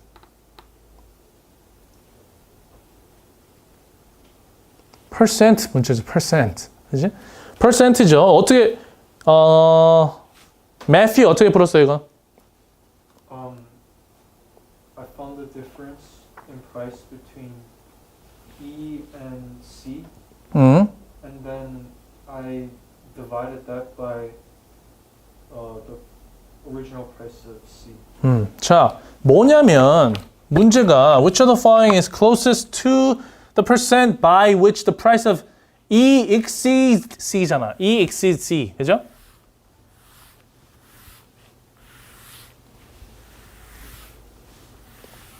그래서 매튜가 식이 어떻게 나온다고요?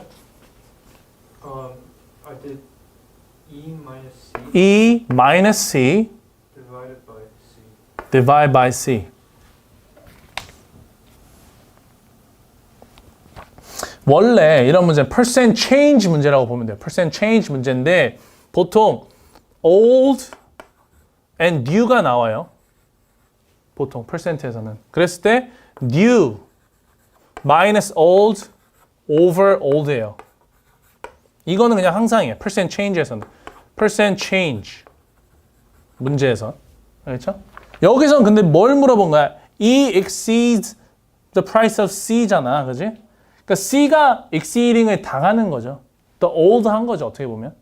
그러니까 E minus C over C. 돼요? 어떤 부분에 헷갈렸어요, 유나? I think I did the calculation wrong. I accidentally added new and old together. Added. Oh, you added. Okay. So it says exceeds 라는 거는 the difference를 물어보는 거죠. How much it's more 라는 거죠. 오케이? 오케이? 이거는 뭐 나쁘지 않았고. percent 문제도 뭐 그러니까 선생님이 문제는 다 있으니까 추가적인 문제는 여러분이 필요한 거 있으면 꼭 얘기를 하세요. 자, 26. 읽어볼까요?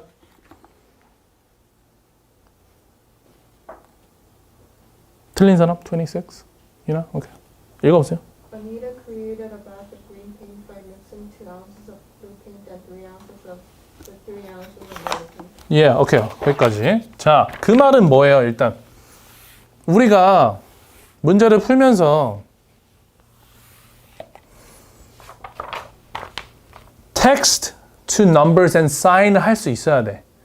왜냐하면 다 텍스트로 받아들이면 머리가 이해하기 너무 힘들잖아. 그러니까 what did it say? Anita. 일단 Anita가 중요할 수도 있으니까 Anita 써주고 green paint by mixing 2 of blue and plus 3 of yellow죠. 맞아요?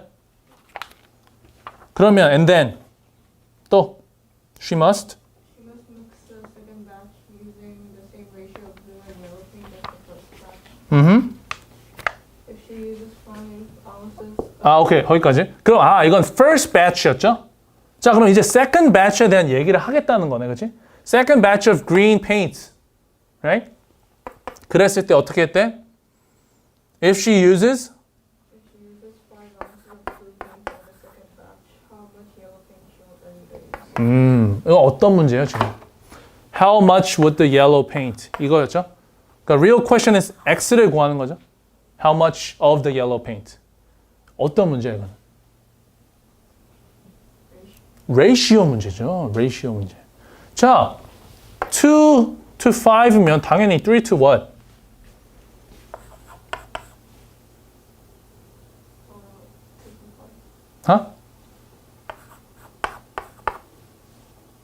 이거 해야 되겠죠. 왜냐하면 2에서 5가 되려면 뭘 곱해줘야 돼? 2.5 오케이. 5 over 2죠. 5 over 2니까 당연히 3에서도 똑같이 5 over 2를 곱해줘서 뭐가 돼요? 이렇게 되겠네. 자, 그런데 answer choices A 읽어볼까요? Exactly 5 ounces. 이건 어때요? Wrong. Okay. B. 3 ounces more than the amount of yellow paint used in Okay. No. Then 1.5 times the amount of yellow paint used in the first batch. 맞나요? 1.5? 아니죠. Okay. And then 1.5 times the amount of blue paint used in the second batch. How much is this? 7.5, right? 맞네. 7.5. 그죠? 그런데 1.5 times the amount이죠. 그러니까 5에서 1.5니까 맞죠? 7.5. 어떤 부분에서 헷갈렸어? I couldn't find the answer to this one. Couldn't find. Couldn't notice the second batch and thought it was the first batch. And then crossed it out. 오케이. 자, 이런 것도 우리가 실수라는 것도 중요하지. 실수를 안 하려면 어떻게 할까? Read carefully. Read carefully. Okay. Well, I mean, that's one way. 그래서 선생님이 얘기한 게 텍스트로 생각하면 헷갈릴 수 있어. Because it's alphabet, right? 그랬을 때 선생님이 그래서 일부러 이렇게 2b, 2, 3y 이런 식으로 최대한 simplify를 해서 mathematical sign plus the variable로 나타내 주는 거예요. 그러면 우리 머리에서 이해가 훨씬 더 편하잖아. 근데 이거를 다 5 batches 이렇게 생각하면 everything's text. 그러면 머릿속에서는 그냥 다 텍스트로 받아들이기 때문에 그 중에 important information을 찾아내기가 힘든 거야. 알겠죠? 그래서 본인이 읽을 때도 처음에도 중요한 것들을 뽑아서 식을 만들고 answer choice를 볼 때도 그런 눈으로 바라봐야겠죠. 그러면 훨씬 더 중요한 인포메이션만 스스로 생각을 하면서 cross out 하면 좀 더 실수가 적어질 수 있을 거예요. 알겠죠? 그런 식으로 식을 좀 잘 써보세요. 알았지? 37.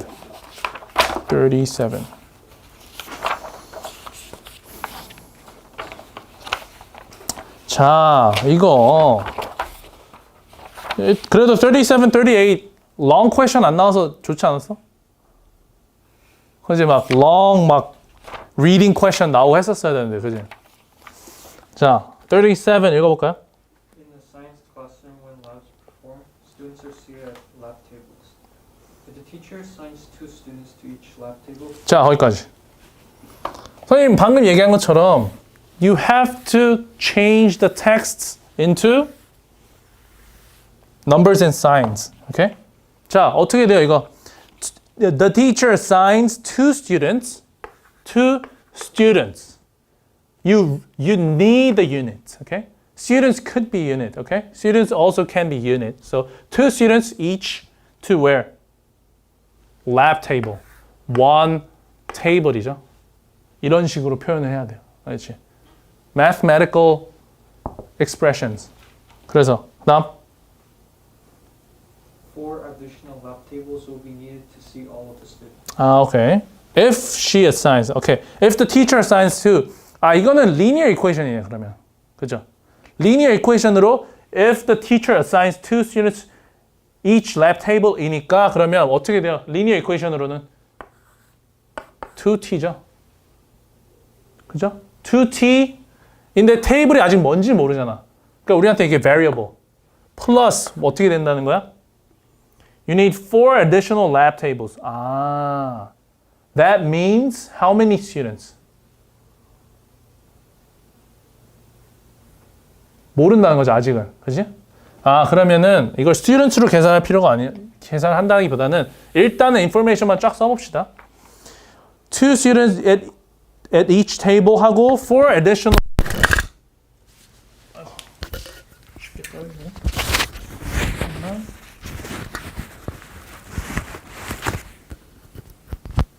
여기서 그 다음은 뭘 써줘야 되겠어요, 그러면? 일단 4 additional table이 필요하다는 거죠. To do what?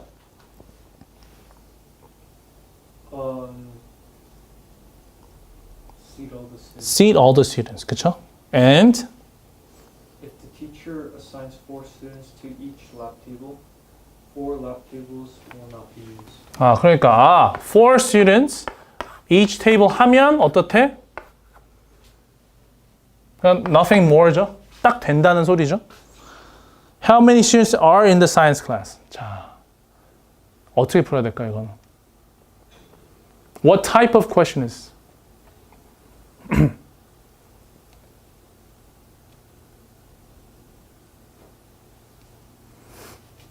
선생님 왜 타입을 물어보냐면 그 타입이 생각이 나야 거기서 나오는 property나 theorem이나 이런 걸 써야지 훨씬 더 금방금방 문제가 풀리기 때문이에요.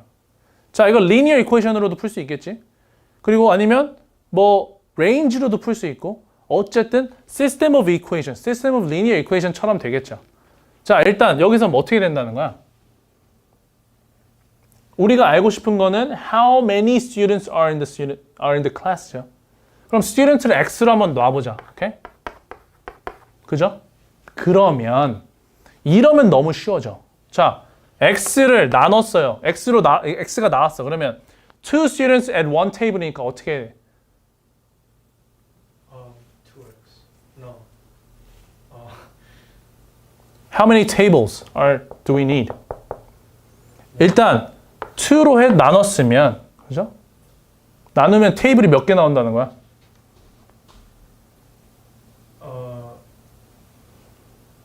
Wait.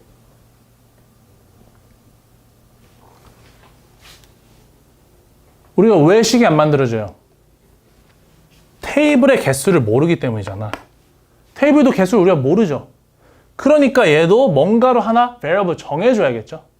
그럼 그때 이제 정해주는 거야. 테이블의 개수를. X students야. 2로 나눴어요. 2로 나누면 그럼 이제 안 되겠지.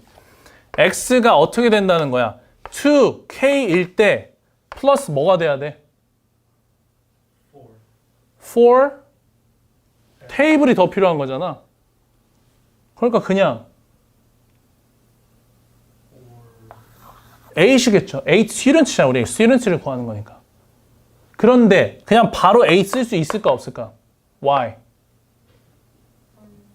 Because it only says table, it doesn't necessarily say how many students are. Yes. So if we need 4 tables, it could be 8 more students or 7도 되겠죠. 7도 되겠죠. 왜냐하면 one student could sit on one table. 할 수 있으니까. 그리고 두 가지로 나뉘는 거죠. 그런데 또 얘로 풀었을 때는 어떻게 돼 그러면? 4 students on each table이야. 그러면 X가 있는데 어떻게 되겠어요? 테이블이 몇 개야? K 있으니까 4K겠죠? K면 더 이상은 필요 없다고 그랬지. 그러면 여기서 얘는 플러스 마이너스 어떻게 되겠어요? 마이너스 60. 응? 60. Why 60? 아니지. 얘는 얘대로 지금 똑같은 X students를 한 건데.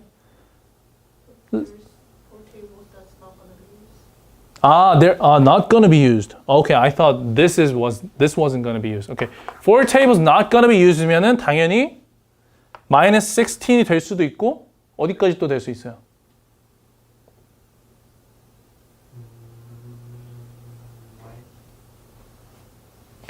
Minus 13 to 16. 응?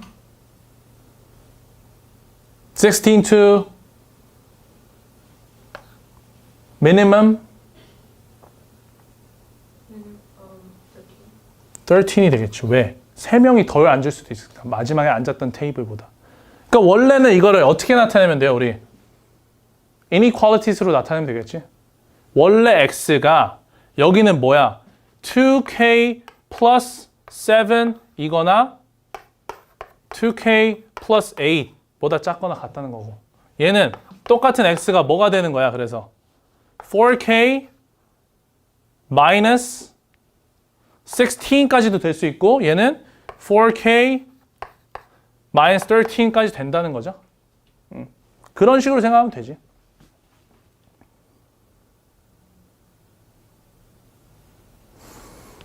그럼 이제 이거 어떻게 풀까? 유나? 어떻게 풀었어요? I didn't think of the minimum that when I just did to get this A equals 4K minus 16. Ah, okay. And did you get the answer? Okay. But and that was the real answer? 아, 오케이. 여기서는 그러면 그렇게까지 생각 안 했나 보다. 어차피 사실 실제로 이걸 구할 때도 이렇게 맞춰서 풀어봐도 돼요. 하나에 맞춰서 풀어도 돼. 일단은. Because it's a range and they are just looking for how many students. 하나만 맞아서 되면은 그냥 답이 되는 거잖아. 그렇죠? 그래서 이렇게 풀었어요. 그럼 이거랑 이걸로 system of equation 했겠네. 그렇죠? system of equation 하면 몇 나와요? 2k plus 8 equals 4k. 이거고 16이고 마이너스네. 그러니까 2k는 24가 되네요. k는 12가 되고 그러면 x는 32. 이렇게 해서 맞았어요. 오케이. 이렇게 해서 맞으면 돼. 맞았는데, 그러니까 이런 문제 풀 때는 우리가 어쨌든 풀면 되는 거잖아. 우리가 시험장 가서 모르겠어. 어쨌든 빨리 풀어야 될 거 아니야. 그러면 일단 하나를 해서 해봐. 근데 얘가 안 맞아요. 안 맞으면 그때는 그때 수정을 해서 풀면 되겠죠. 다른 걸 넣어보고. 그런 수밖에 없어, 사실 이거는. System of Inequalities에서는 우리가 넣어보는 수밖에 없어요. 알겠죠? 얘를 x로 정리를 한 것 자체가 이거기 때문에 이 안에서 여기서 하나 두 개 넣어보고 넣어봐야지. 어쨌든 여기서 나올 수 있는 x는 possibility 몇 개예요? 2 possibility가 있는 거잖아. 근데 하나를 넣어서 됐으면 정말 다행인 거고 다른 걸 넣었으면 그럼 다른 걸 정해서 여기다 다시 넣어봤을 때 맞기만 하면 되는 거지. 오케이? 저렇게 풀면 돼요. System of Inequalities 문제였어요. 오케이, 그러면 Matthew는 또 어떤 부분이 좀 약한 것 같아? Statistics Yeah. and 저번 시간에 사실 둘 다 exponential 뭐 compound interest 이런 것도 좀 그랬죠. Yeah. That's percentage.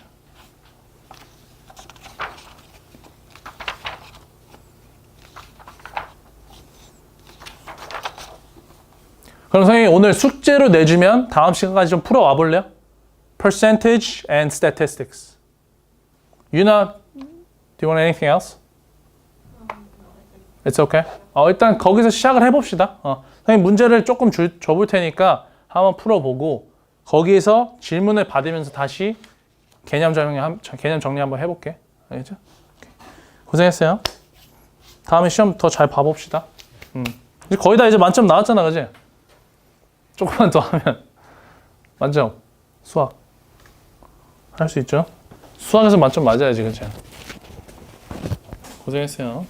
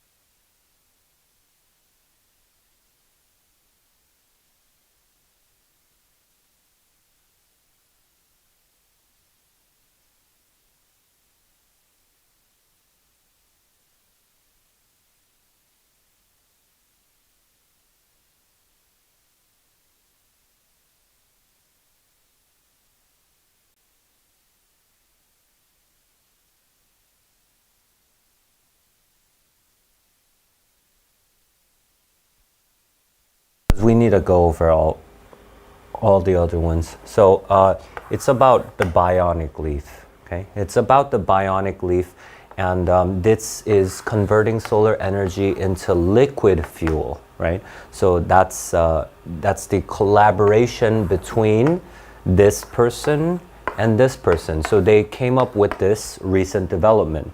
That's what this is. The pair began collaborating 2 years ago, share an interest in developing energy sources that might someday have practical application in remote locales. So this is what they were hoping, right? So they made this in hopes of this. And they dubbed the system this because. So why did they name it that way? That's the cause and effect here, right? So here's this. And the next paragraph talks about the artificial leaf, right? So, and we know that towards the end of the first paragraph, right? So this is what we're gonna be looking for in the next paragraph. And then the next paragraph is just entirely dedicated to the artificial leaf. So notice that this passage is not necessarily about the artificial leaf, it's about the bionic leaf. But it goes off on a tangent and it describes the artificial leaf for a while, right? And what is the artificial leaf? Well, the artificial leaf functions this way, right? And then in blah, blah, blah, and room mimics photosynthesis, right? That's what they do. And oxygen bubbles off, catalyst, blah, blah, blah. So this is all how it works, right? And then he says it can reach efficiencies of 70% to 80%. And this is pretty significant because of field-grown plants, it only captures 1%. So that's like 70 to 80 times more, right? And that improves constantly, right? So basically, this is basically the mechanism for the artificial leaf and how efficient it is. So it described that, and then we go back to we're moving our way back towards the bionic leaf, right? So the hydrogen it produces is a versatile fuel. Okay, so I guess the artificial leaf makes hydrogen from a chemical standpoint and could easily become the basis of fuel cell. But, so the important thing here is not been widely adopted because gas, right? So that's where the bionic leaf comes in, right? Because in the beginning, remember, but the bionic leaf, this one is about liquid fuel, right? In the bionic leaf, it's fed to a metallic blah, blah, blah, blah, blah, blah, called this, and then they combine hydrogen with carbon dioxide, and then through a trick of this, produce isopropanol, which can be burned in an engine, much like gasoline. So this is how they use something that come from the artificial leaf, and they make it into liquidized fuel, right? And then it says the advantage of interfacing the inorganic catalyst with biology is you have unprecedented platform for chemical synthesis that you don't have with inorganic catalyst alone. So this is talking about the significance, right? So why is this so good? Life has evolved for 1 billion years to produce catalyst. Okay, so this is her explaining. If you can use enzymes for building chemicals, you open the door to making many of the natural compounds we rely on every day. So this is the future possibility. So this is perhaps the implication, right? And these include all of these, right? So these are all the stuff that we can potentially do using the bionic leaf. And then after that, members of Silver's lab have been working to perfect the tricky interface between the catalyst and the bacteria so that they will thrive and grow optimally. In its first iteration, bionic leaf matched the efficiency of photosynthesis in plants. Okay, so the efficiency is quite low compared to the artificial leaf, right? Remember the artificial leaf, it was like 70 to 80%, but this one, it's pretty similar to photosynthesis in plants, which is far below the artificial leaf. Now the team is working to surpass, they want to do better, right? Has been developing a strain of bacterium, so it's talking about the new developments. And then after that, what they're working on, right? Not the new developments. Ultimately though, goal is not to create fuels from this work, but high value commodities in remote places. This is an idea that was mentioned in the first paragraph also, right? Fuel, she notes, Riley is cheap because we fight wars over it, right? Okay, so she's just explaining why fuel is cheap, and if cheaper, lower than gasoline would therefore be very difficult, she says. So it's talking about the difficulties. Drug, on the other hand, are high-value commodities, so engineering, produce, not blah, blah, blah, but a vitamin may be the next goal, right? So fuel is quite cheap, so it might be difficult to use it as fuel, but for medicine, right, drugs, that would be good. That's also talking about the implication. So this whole thing is explaining the bionic leaf, right? Explaining the bionic leaf. And in order for us to understand what the bionic leaf is, they first resorted to explaining the artificial leaf, right? And then we move on to the bionic leaf, talk about some of the similarities and differences, some of the possibilities, implications, that kind of thing, right? Okay, so let's go to the questions. Which one? So I want to go over the ones that were pretty tricky for you guys, okay? So questions on this passage, 22 to the end. 30 and 31. Okay, so this one, all right. Okay, this one, good. Okay, good. So this one asks us about an assumption, right? So automatically what you need to be thinking when they ask you about an assumption is the significance, right? So you want to go, since we have a line reference with us, right? It's paired with the line reference question, so you want to think about significance.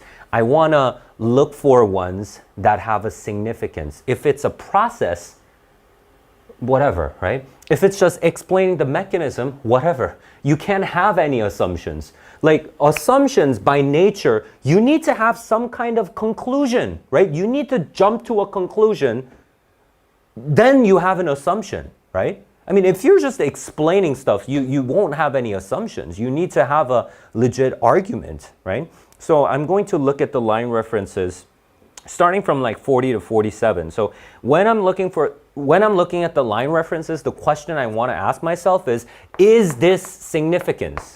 Is this significance? Is this a conclusion that the authors make? Because that's the only way I'm going to have an assumption, right? So, all right, so let's take a look at 40 to 47. 40 to 47, it says the bacteria combine the hydrogen with blah, blah, blah as they divide. Okay, so this is not a significance whatsoever. It's just explaining to us something, right? So, I don't know. Of course, I can't have an assumption here, right? What about the next one? Where's the next one? 4852. Advantage of okay, we're talking about the advantage of something.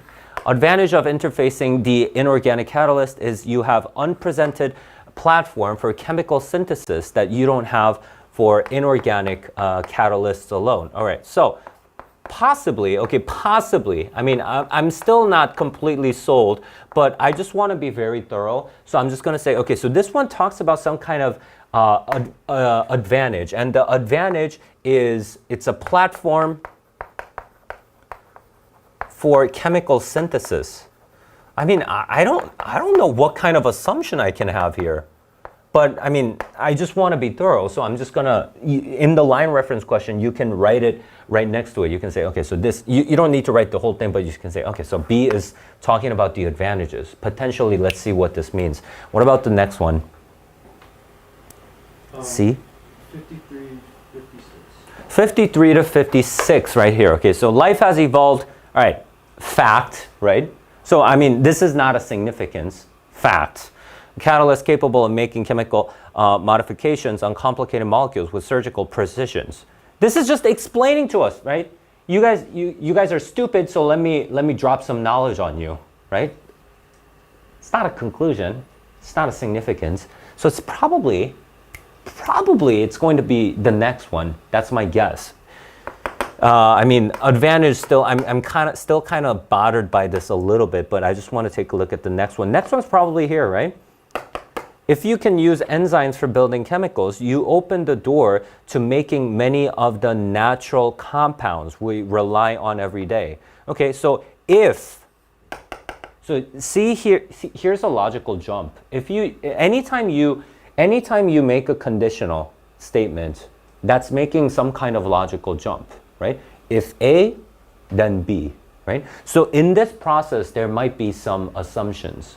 That's what I'm thinking. So if you can use enzymes for building chemicals, you can do what? You can open up the door to making many of the natural compounds. You can make this, right? So if you can use enzymes, you can make natural compounds, including these. So that's that. So if you can use enzymes, then you can build the natural compounds. So with this knowledge, I'm going to go to the question. I'm going to go to question 30, okay? So now I go to question 30. I take a look at A, efficiency. Well, yeah, right. I mean, this is just completely irrelevant. So I have an advantage here. It's a platform for chemical synthesis. Where is efficiency? I can't find efficiency anywhere. Like, what? I don't understand. So what about B? The leaf can be used to produce chemical compounds. All right, so chemical compounds, is this mentioned somewhere? Yeah, I see natural compounds, and then we had that fertilizer thing. So potentially I can connect it here, but I'm not going to think about it just yet because I just want to eliminate the other answer choices first. That's what I want to focus on. Artificial catalyst. Okay, so catalyst is no. Actually, no, we didn't. We don't have that, right? So we can eliminate this. The leaf can generate a fuel that powers engines. What? Engines? Why are we talking about engines? Did we talk about these as a fuel? No. So it's probably B. It's probably B, but now let's think about why. So this is how you should approach it, right? You shouldn't be caught up in trying to justify yourself here. Why? Then you're going to waste too much time. You just want to look at the other ones and you want to eliminate them first. And then after you do that, you think about this. Oh, okay. If we can use enzymes, then we can make something other than isopropanol. The other ones being like fertilizers and that kind of things. Yeah, of course. Of course we need that. Try denying this. The leaf cannot be used to produce chemical compounds anything other than isopropanol. Then this falls apart completely. So that's why it's B and D. Next one.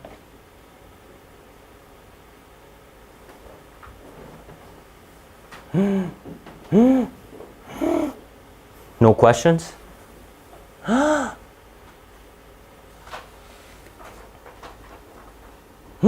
Okay, next passage then.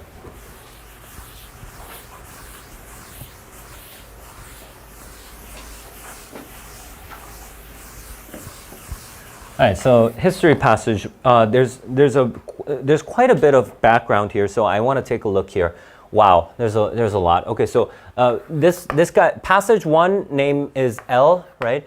Passage 2 name is M. So you wanna really get this down straight though.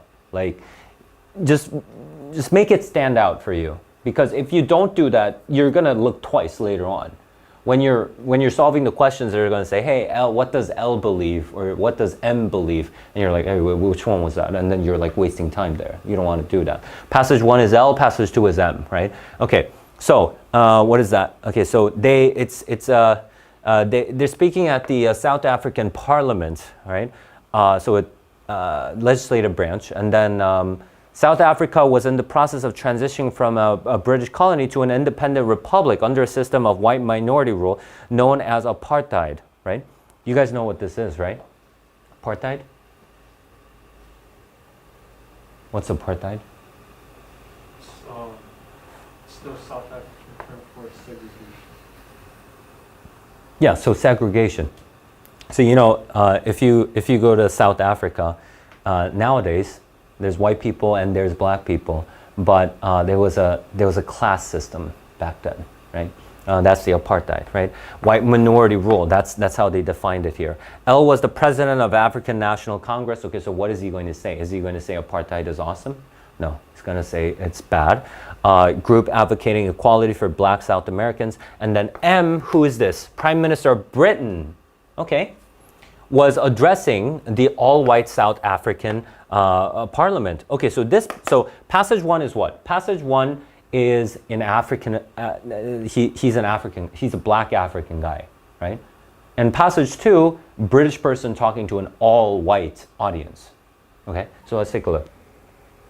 Those of us who are in the freedom struggle in this country have really one gospel. Okay, only one gospel, meaning something that we hold to be true, right? What's the true way? Possibly shaded in different ways, but it's gospel of democracy. All right, simple enough. So this is something that he believes in. After you're done reading that paragraph, you should circle the key phrases and say, okay, so this is what's important here. He believes in democracy and freedom. If we are true to South Africa, that must be our vision, a vision of South America as a fully democratic country. That's the same idea. I don't really care, right? South Africa as a democracy, a free South Africa, that's what he wants.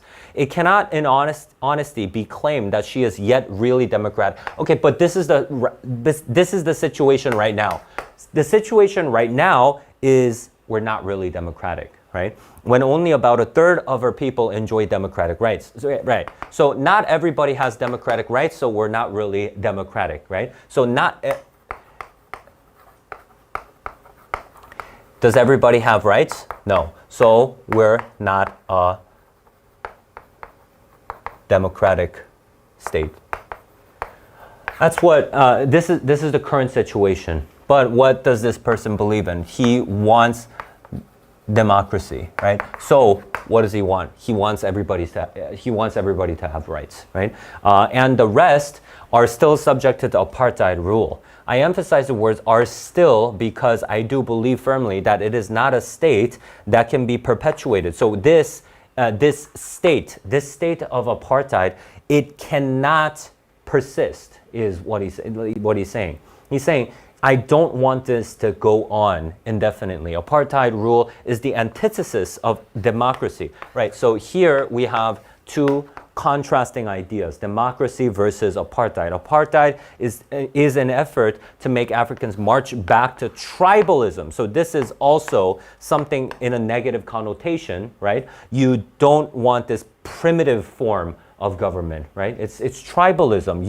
We don't want that. We want democracy. We don't want tribalism. We don't want apartheid, right?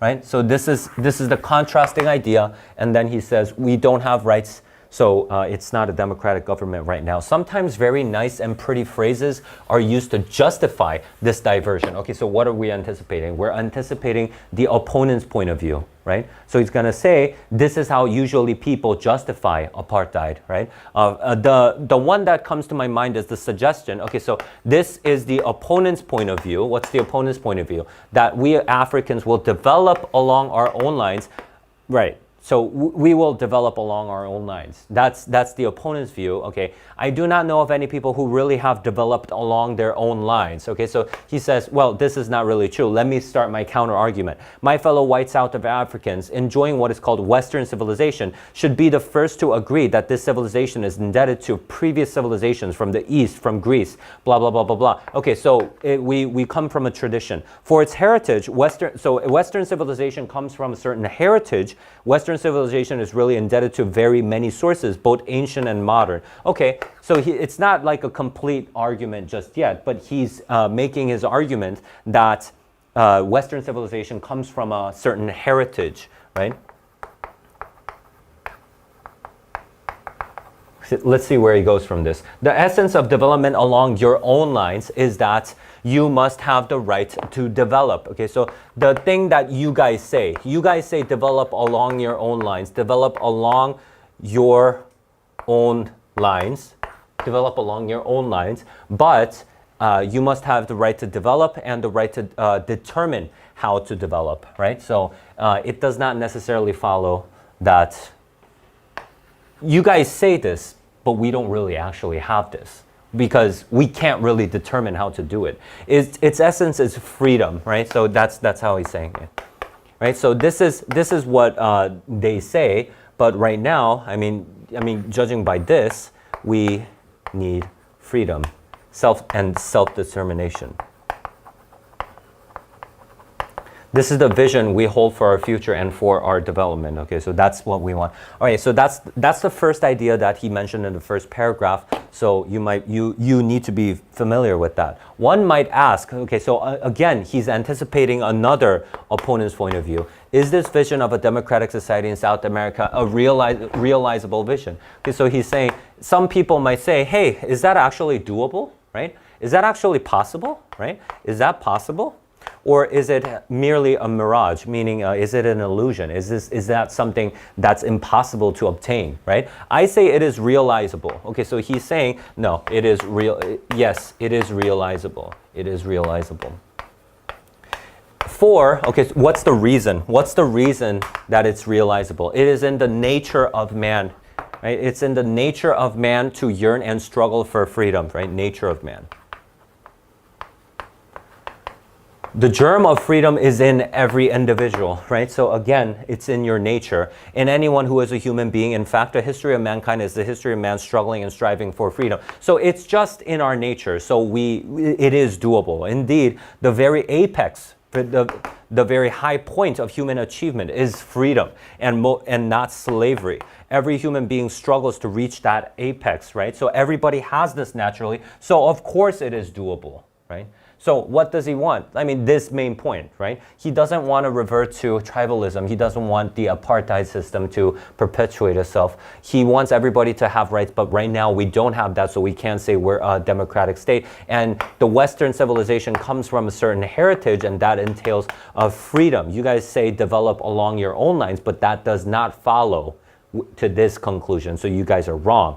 Is that even possible? Yes, it is realizable because that's in the nature of man. Right? Okay, so next part, passage 2. The wind of change is blowing. Okay, so that's the first idea. There is a change, right? Remember, passage 2 is the British Prime Minister talking to an all-white audience, right? Okay, so this person, I don't know what his stance is going to be. It can potentially be racist, but the thing is, okay, so this is a good thing to know. Never in the test did they ever have a passage advocating for separation, segregation, or discrimination. They never had that. When it comes to women's rights, yeah, they do have that. But when it comes to race, they never touch that. So it's based on that, you can safely assume that it's not necessarily going to say, hey, whites are better than blacks. No one's ever going to say that. Okay. So in an SAT passage, they can't really say that. The wind of change is blowing through this continent, and whether we like it or not, this growth of national consciousness is a political fact. This is probably talking about their move, what passage 1's been saying, like, we need to move away from the apartheid, we need to move towards democracy. That kind of change is what this change is probably referring to, right? And we must all accept it as a fact. And our national policies must take account of it. Okay, so he's saying there is a change, right? There is a change and we must accept. Accept the fact that there is a change.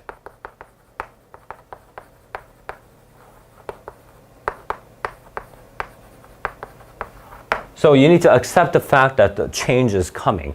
Of course, you understand this better than anyone. You are sprung from Europe. Okay, so you are from Europe, the home of nationalism. So you know this, right? Okay, so South African people, the white people in South Africa, they all came from Great Britain. So that's why he's saying this. And here in Africa, you have yourselves created a free nation.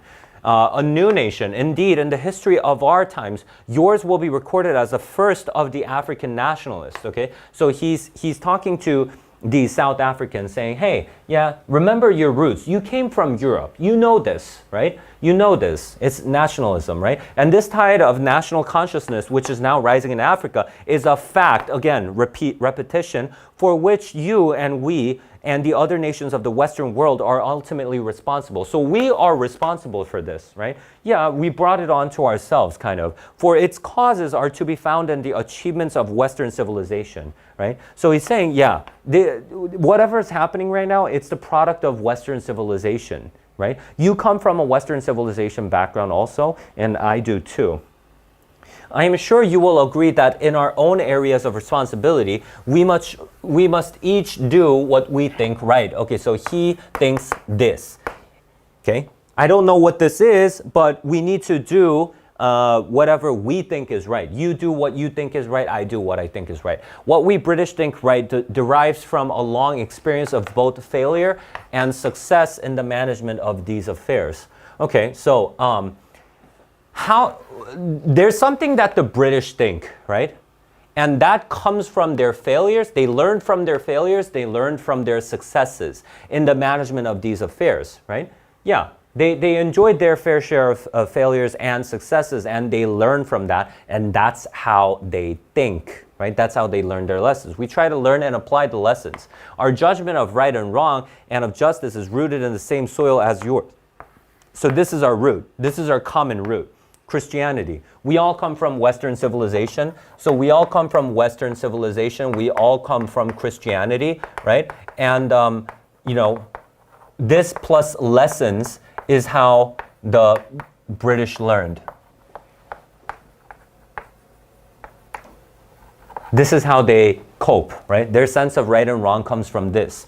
This experience of our own explains why it has been our aim in the countries for which we have borne responsibility. Okay, so they have their experiences, right? So this is all talking about the same thing. They're talking their experiences of failures and successes, experiences of our own, not only to raise the material standards of life, but to create a society that respects the rights of individuals, a society in which men are given the opportunity to grow to their full stature. Okay, so this is what he thinks is right, I guess, right? You do what you think is right, I do what I think is right, but this is what I think is right, right? So everybody given the equal opportunity. And that must, in our view, include the opportunity of an increasing share in political power and responsibility, right? Okay, so he's not necessarily saying, right, black people should be excluded. He's rather suggesting that we should move away from apartheid too. A society finally in which individual merits and individual merit alone, right? So not race, but a meritocracy. Everybody is judged by their own merit. This is what he wants, right? Alone is the criterion for man's advancement, whether political or economic. Finally, in countries inhabited by several different races, it has been our aim to find means by which the community can become more of a community, fellowship fostered, okay, between its various parts, right? So he wants community and fellowship, even though they might be different. And they might be from various parts. They want this, right? He wants this. Okay, so he's urging them to accept the fact that there is a change. And what's his point of, like, main point of argument? It's that we come from a same root. And please listen to me, right? Please listen to me. The British people, we've already learned from our lessons, right? We come from the same root, but I learned the lessons, and I think we need to give everybody equal opportunity. Every man needs to be able to grow to his full stature, right? You can't exclude them from the political process and whatever. And we want to build a sense of community and fellowship. And so he's urging for that change, right? For the people to accept that change. So, I mean, both passages, they argue for they argue along the same lines, right? They're not like going at it against each other, right? So that's something that you should realize. Okay, so let's go over some of the difficult questions here.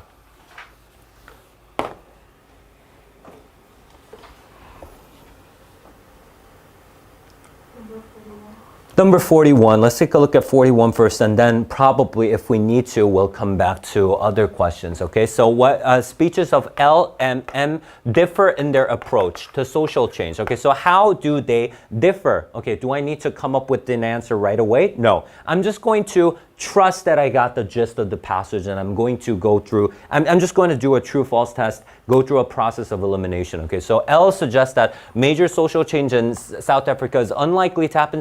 No, he says it's very realizable, right? That's actually quite the opposite. So I'm not going to look at this at all. That goes against what I've read. That's false.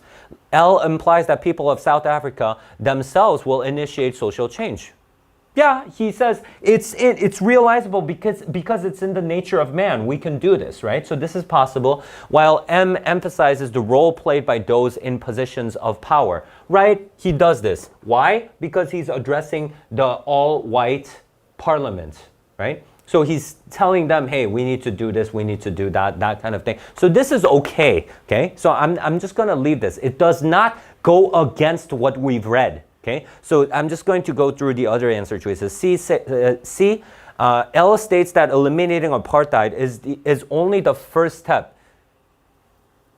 I mean, potentially, but I mean, I don't know like what else he mentioned besides the first step. So I mean, I'm not sure, but I'm just going to forgive this. What about the second part? M contends that eliminating apartheid is an ultimate goal. Okay, we do not mention this. We do not mention this in the second paragraph, right? We don't necessarily talk about this. So D, L believes that change in South Africa will come about through collective action. Did he say something like we must all act together? If you're unsure, just let it go, right? If you're unsure, just let it go. While M emphasizes the need for change at the individual, no, he's talking to like the all-white parliament. He's talking to like the people in power. He's not saying, hey, everybody needs to work at this. No, he's just like, hey, think about our roots. Think about our British roots, right? That kind of thing. So this is not. So B would be the right answer. Other ones? 40.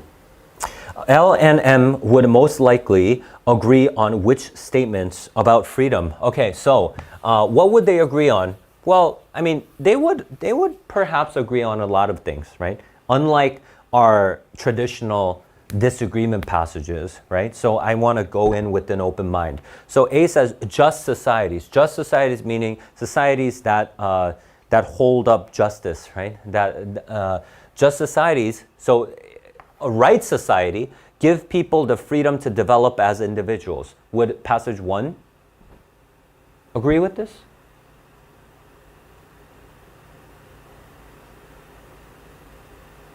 So would passage 1 say, hey, just societies, hey, in a right society, people are not given the freedom. Would that sound like something passage 1 would say? No, of course they're both for freedom, man. Of course. Of course. I mean, isn't this pretty obvious? Oh, yeah. So, I mean, this one is okay. Yeah, of course they both uphold freedom. What about B? Democracy cannot exist where freedom is in any way compromised.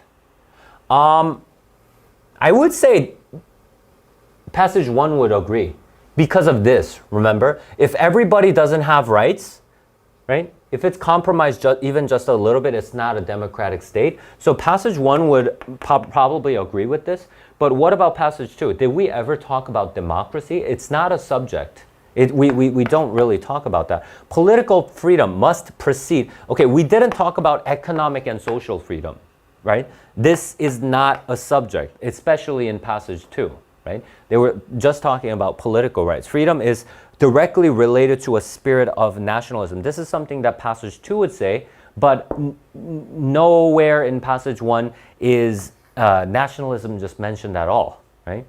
It's irrelevant. So A would be the right answer. Anything else?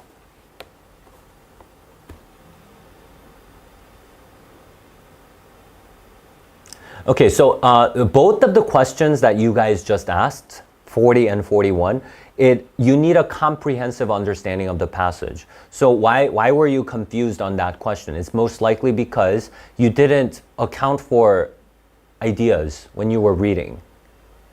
So you were kind of in doubt of yourself, or you didn't remember the ideas clearly enough. That's why you would be confused on 40 or 41. But if you know the gist of both passages, both of those questions would be pretty easy. Okay.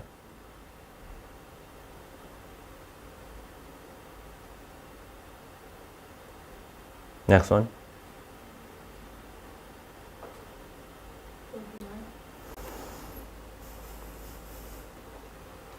L would most likely respond. Okay, so when a question asks you, what would he respond? What are you going to say? Are you going to come up with your own answer, or are you just gonna repeat what this guy said, right? So whatever our answer is going to be, it's going to be a point that's directly mentioned in passage 1, right? Since it's talking about L, right? So what would L say? L would most likely respond to M's demand for a society in which all individuals have a share in political power and responsibility by arguing that, okay. I mean, well, first of all, he would agree, right?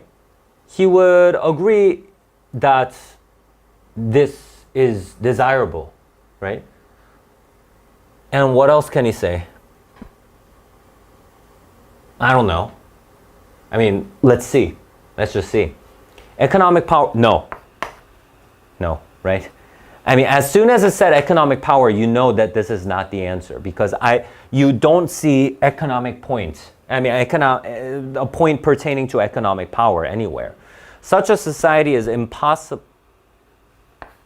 Okay, right. This part is just weird, but what about as long? Okay, it's qualifying this. As long as apartheid exists. Oh. This, right? So everybody has a share in political power and responsibility, aka democratic states, would be impossible unless everybody has rights. But in an apartheid system, they would not have that. So this is possible. I'm just going to leave this. Many black South Americans do not. Do you know anything about black people after reading passage 1? No. Many black South Americans already have significant... No. We do not talk about blacks at all in passage 1, right? We don't talk about like any specific races or that kind of thing. It's just generalized ideas about, what is that? Political rights and democracy and stuff like that. So it would be B here. Next one.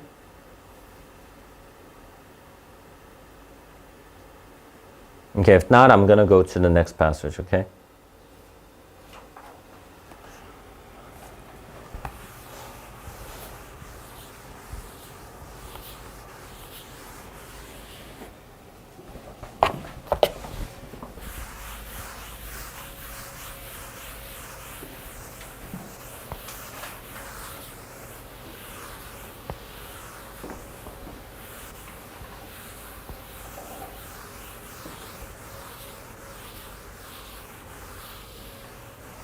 Okay, so story of Earth. What? Okay, story of Earth. The first, okay, so I mean, this one is way too vague. I don't get any information just looking at that. I mean, I know, I guess it's going to talk about Earth a little bit, but the first 4.5 billion years from stardust to living planet. All right, so let's take a look. The moon is bone dry by conventional wisdom. Okay, so conventional wisdom, we look at the moon. What does it mean, bone dry? Actually drier than bone, which retains significant water. Yeah, this is just him trying to be funny, right? Well, okay, so what's the thing that we need to know? It doesn't have water. The moon does not have water. That's the idea that I have so far, right? Multiple lines of evidence. Okay, so we have some evidence point to this aridity. Okay, good. Yeah, so what's one thing that we know so far? The moon is arid. It does not have any water, right? That's it. Moon, arid. Earth-based telescopes reveal, okay, so this is evidence also, right? So no characteristic of infrared absorption. Moon rocks from all 6 Apollo landing sites held no detectable traces of water. All right, I think I'm done, all right? I mean, for this paragraph. It's all talking about the moon is really dry, arid, no water. That's it, right? Moon has no water. That's our first thing.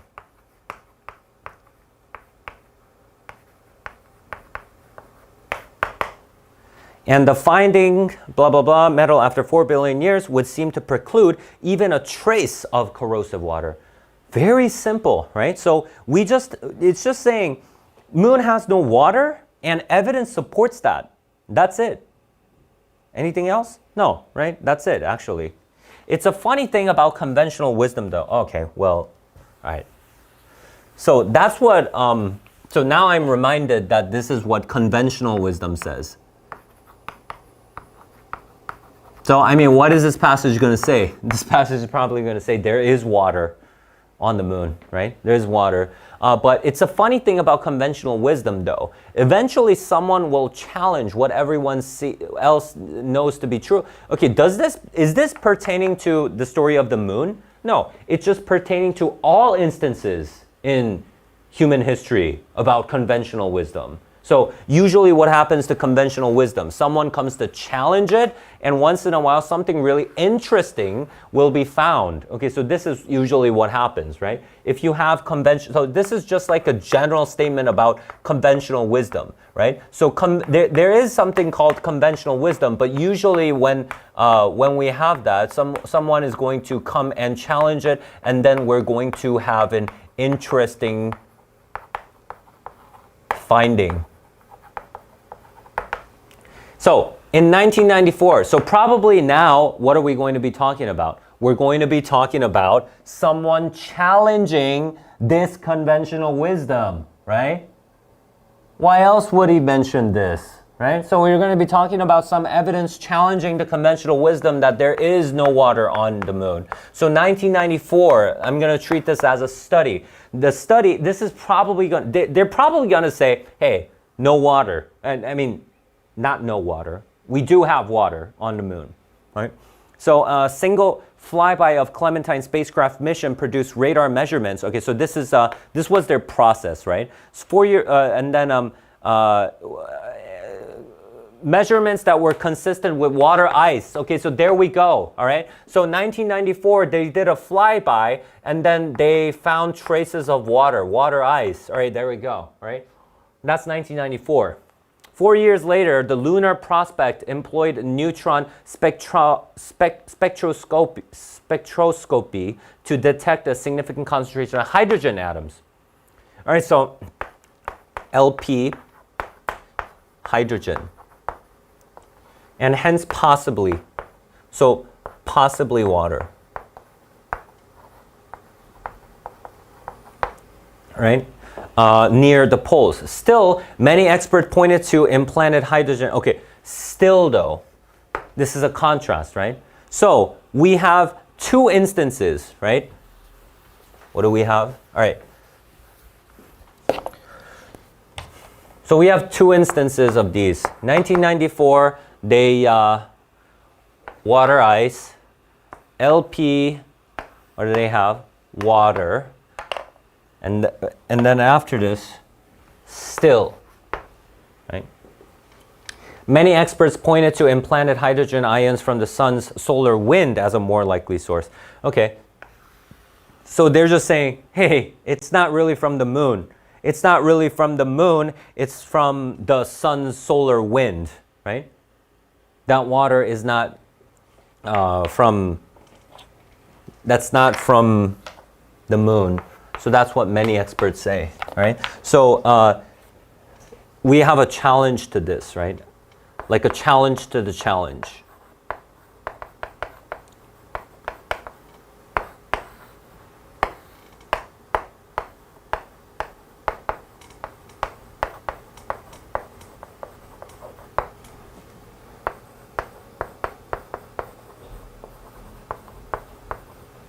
So it's the sun, solar, wind, not the moon, right? Then in 2009, wow, we have a lot of studies. Okay, so you need to be able to visualize this passage really well, okay? Because there's a lot of studies. So far we have like 4 different points of views here, right? So these two were saying that there was indeed water, and then these people say, hey, no, it's not necessarily the moon. And then in 2009, probably this one is going to suggest that there is indeed water. That's my guess, right? Upper stage of an Atlas rocket, moon's crater, and scrutinize the plume of impact debris for signs of H2O. Sure enough, the flurry of dust incorporated a small but significant amount of the life-giving stuff, meaning H2O, meaning water, right? So 2009, what did they find? Water, right? 3 back-to-back articles in Science that same October established that evidence for water on the moon is now unambiguous. Wow. Okay, so this is pretty big because, like, usually in scientific passages, they like to use very tentative language, right? They might say might, may, perhaps, that kind of thing. But it's unambiguous, meaning it's for sure. We're sure of this. There is water. So now we're done talking about that challenge, I guess, right? And then we have enter.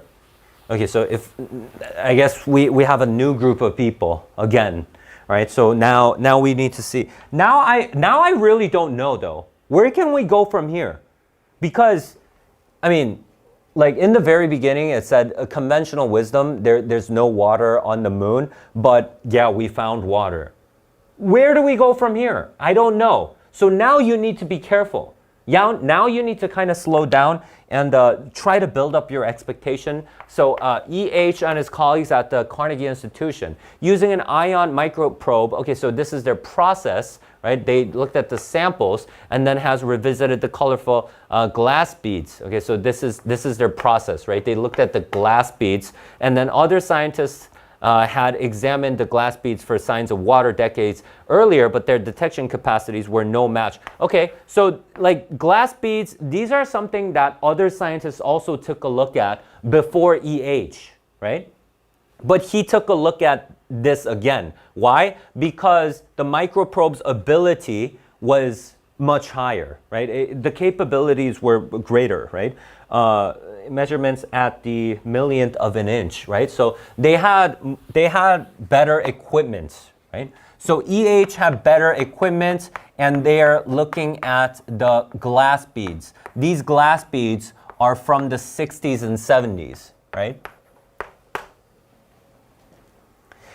H and his co-workers polished a variety of glass beads so that their round cross-sections were revealed in the ion probe. The bead's outer rims proved to be very dry. Okay, outer rims, very dry, with only a few parts per million water. Okay, so there was water, but just a little bit. But the cores of the largest beads have as much as this. Okay, so this one is quite significant, I think. Judging by the nuance, it's pretty great, right? So that's the result. The result is on the outer rims, we don't have much. We don't have much H2O. But if you look at the core, right? If you look at the core, the H2O content is quite high. That's what we want to establish here. Over billions of years, most of the glass bead's original water has evaporated to space, more from the outsides than from the cores. Okay, so this is probably just explaining why the outer rims did not have a lot of water, right? Because they just evaporated. It's just explaining that. However, based on the significant amount of remaining water deep inside the beads, H and his colleagues calculate that the original water content of the moon's magma may have been as high as 70-50 parts. Okay, so I don't know how high that is, but that's the conclusion that they come to. There is water content on the moon. Right? A lot of water comparable to many volcanic rocks on Earth, and more than enough to drive surface volcanism that would have dispersed magma in an explosive eruptions. Okay, so eruptions could have happened, right? Eruptions. Eruptions may have happened. Like this is comparable to Earth's volcanoes and that kind of thing, right? And so that's probably the implication. In that, if that much water produced powered volcanoes in the moon's past, then a great deal of water must still be locked somewhere inside the moon's frozen interior. Oh, okay. So this is like the final implication that he draws, right? So still, you know, if there were that much water, there's still water within frozen interior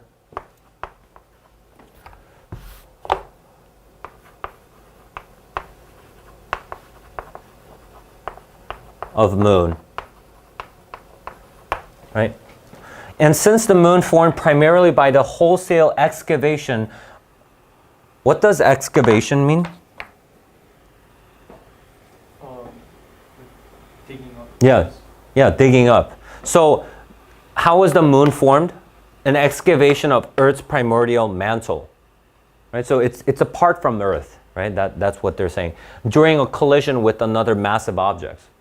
Yeah. So Earth collided with something, and then a part of Earth just came out, and that's the moon. Our planet's deep interior likely holds prodigious amounts of unseen water. Oh, another conclusion drawn from this. So, Earth's core also has water, right? So they're making a conclusion based on another, like they're making a series of conclusion. They're making inferences like just like chain inferences here. You know what I mean? All right, so that's it. That's the passage, right? Okay, so why don't we take a look at some of the tricky questions or ones that you got wrong.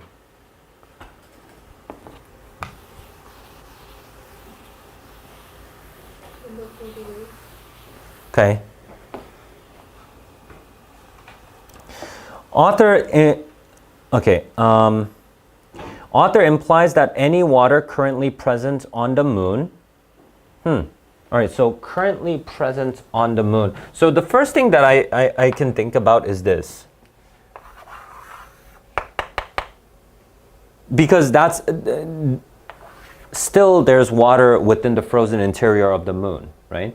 So that was my initial thought. So I'm looking at this.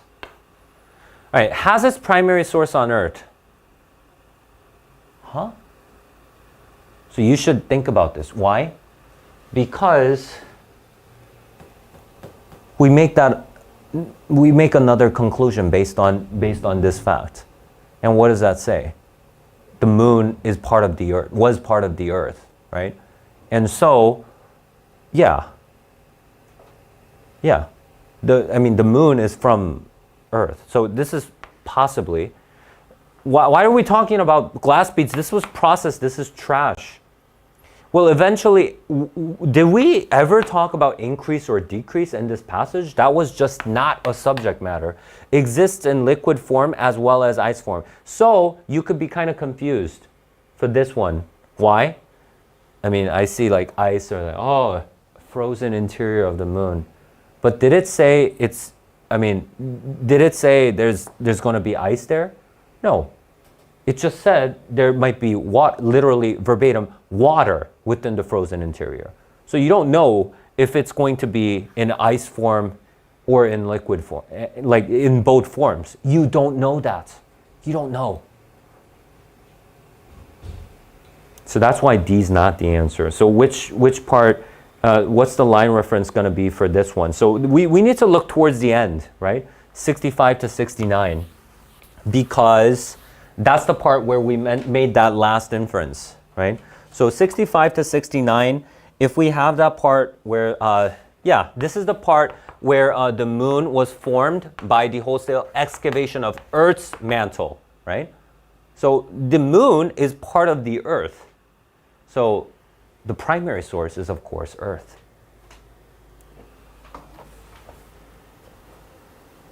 Okay. Others? 52. 52.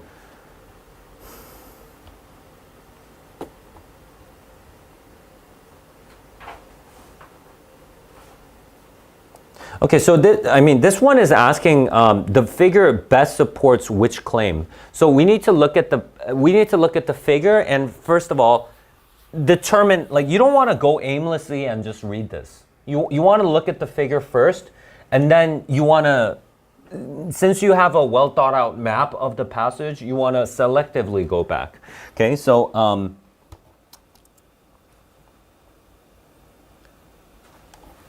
okay. Good. All right, so it's talking about the glass bead thing, right? So it's talking about glass bead and distance from core. Hey, what could this possibly be?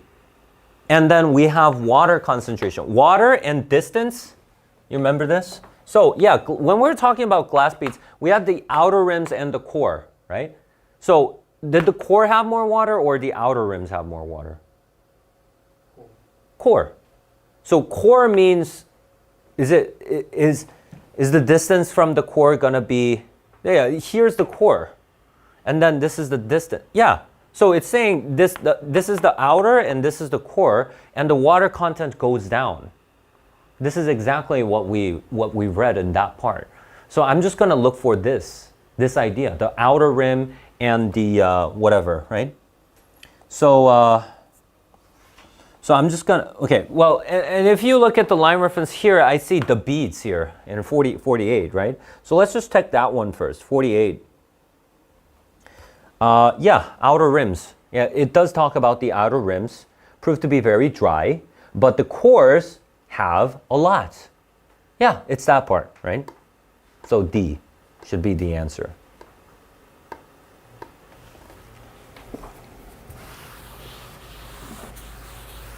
Okay, anything else?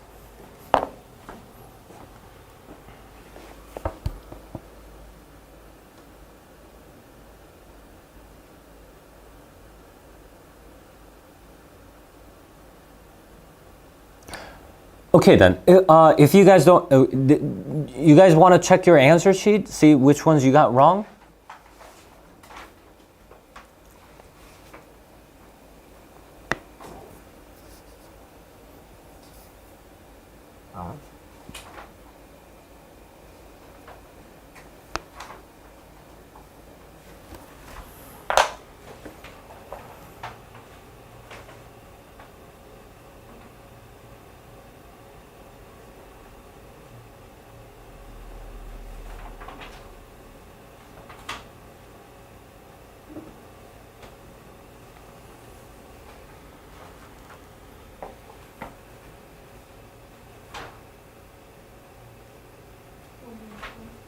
$44. All right, let's take a look at 44.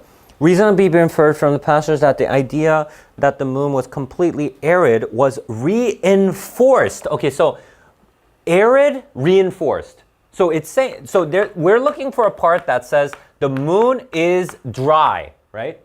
Moon is dry. This is what we're looking for, right? Moon is dry. But this one has a line reference, so I can actually work my way backwards, right? Right? So, but before we go back, right? So why was it reinforced?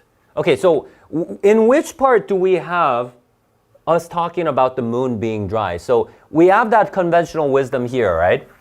Conventional wisdom, moon is dry. But what was this based on? Okay, we did see some kind of evidence here, right? I didn't write it down here, but there was some kind of evidence here. So maybe that part. And then we have this part, right? The sun's solar wind was, water's not from the moon, it's from the sun's solar wind or whatever, right? I guess these are our two possible candidates, right? So let's look at the line reference. So 8 to 11, let's take a look at 8 to 11 first. Yeah, so this is in the first paragraph. So I'm okay with this. And the finding of unrusted iron metal after 4 billion years seem to preclude. Yeah, so A is okay, right? So A, I'm going to say, let's just say iron metal, right? iron metal, this could be a clue, right? This could be a clue that could potentially reinforce the belief that the moon was dry. That's possible.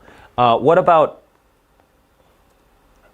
12 to 15? I really doubt it because yeah, I mean, no, come on, right? We're done. It needs to be in the first paragraph or it needs to be in this part, right? So not this one. This one's talking about the conventional wisdom. Someone comes along, challenges. Are we talking about the moon being dry? No, we're just talking about conventional wisdom in general. So this one is gone.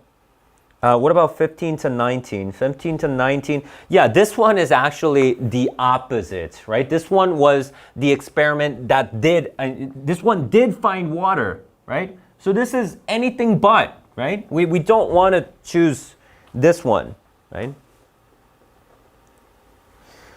Okay, what's the next one? 23. All right, so yeah, so it's this part, right? So we got rid of B and C, and for D, this one is one that talks about sun solar wind.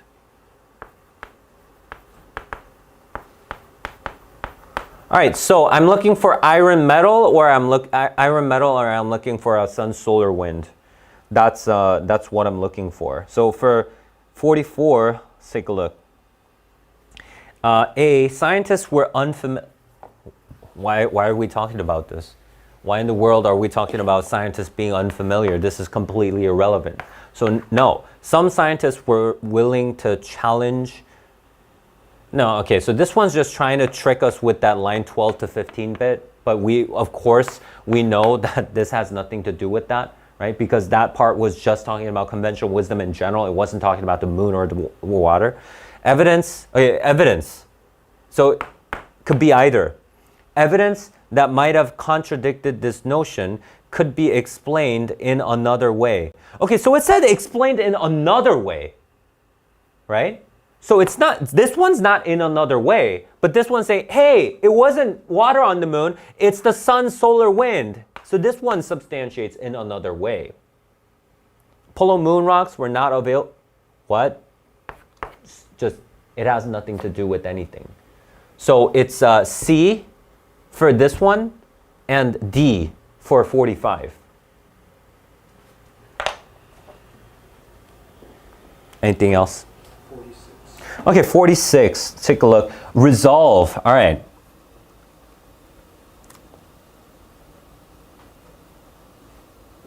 Forty-four.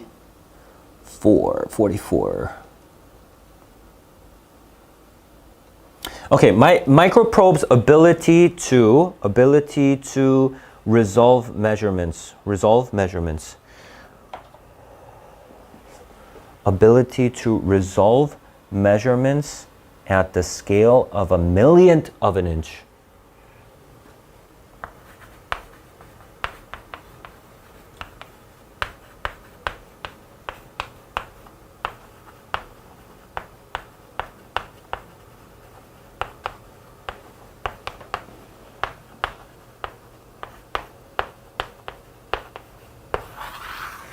So it's this basically, right? Ability to resolve measurements at a really small scale, okay? So A says this ability to distinguish between measurements at a really small scale.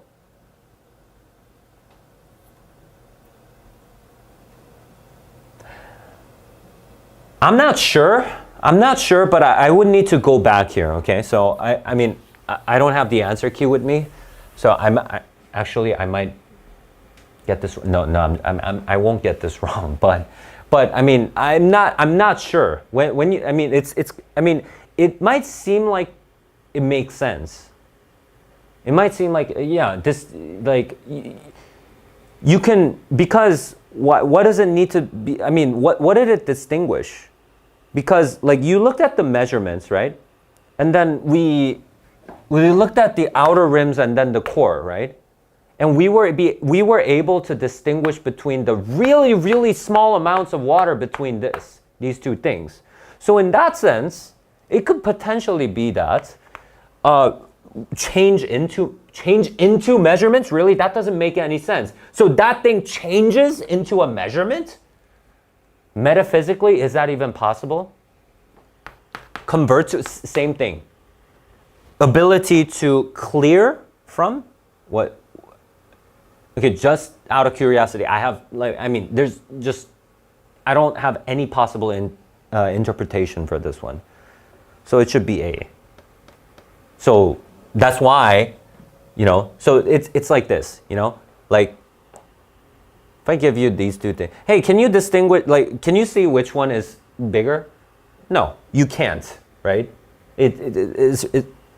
But if I had a microscope, then I can see the difference and then I can deduce the significance from that, like they did, right?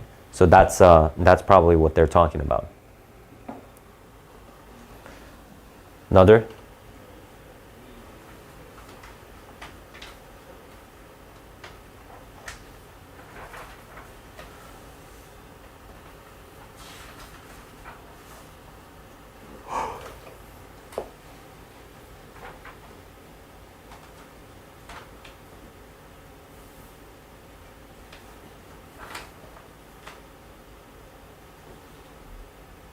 Um, 19 and 20. Okay, let's go back. Let's go back to 19 and 20. Oh, okay, so this one, reasonably be inferred that the majority of survey respondents represented in figure 1, and then we have a line reference for that.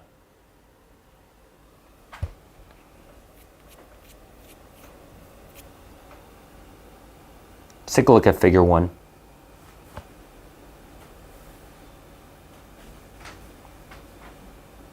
Okay, so just looking at, so what was the question? Majority, right? Majority, what does majority mean? More than 50%, right? What can we say about more than 50%?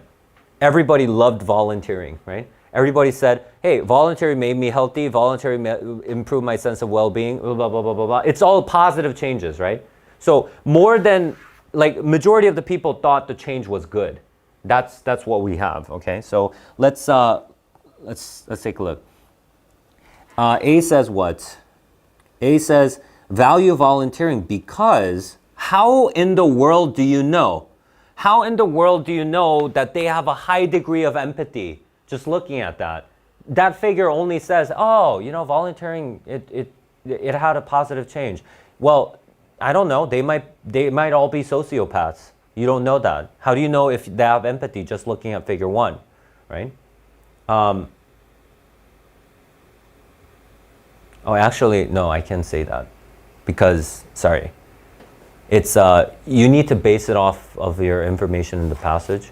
But anyway, I can't say A. Why? Because empathy is not an idea mentioned in the passage at all, right? This is an irrelevant idea. B says, may have experienced decreases in the level of certain hormones after volunteering. What kind of hormones? Hey, towards the end of the passage, there were some mentioning of hormones. Do you remember that? What does it say? So increases in oxytocin and stuff like that, decreases in cortisol, no? Yeah. Wouldn't that be the case then? Can we argue that? Yes, it's possible. Are likely to live longer than our volunteers who disagreed? Well, yeah, even if you disagreed, it's not a matter of agree and disagree. They might still, I mean, how can you make this comparison, right? Did you choose C? Yeah. Okay, this is wrong on so many logical levels. Okay. Well, first of all, the change itself, right? The physical change that you feel, it's not a matter of your opinion. It's just that your health is actually improved, right? So it doesn't matter even if you agree or disagree with the statements. There are volunteers, but they disagree with the statement, but so what, right? So how do you know that? Do you know what I mean? And also, you can't say these people live longer. It's just you can stave off like preemptive death or something like that. Like I don't know, like you're not likely to die sooner or something, like die soon, die quickly or whatever. But still, we're comparing it with volunteers also. So the point of comparison is just really wrong here. Always have higher levels of no. How do you say always have higher levels of oxytocin? I mean, it's just probably, right after you do it and that kind of thing. And you can't say always have, right? So it should be B, right? And this part, you want to just look for the part that says cortisol, right? That part. So probably towards the end, so 71 to 74, do we have done? Yeah, release fewer stress hormones. There you go. Mentioned directly here, right?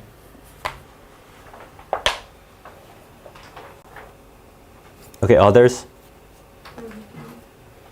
33. Okay, why would he say very nice and pretty phrases? Okay, so let's go back to line 17.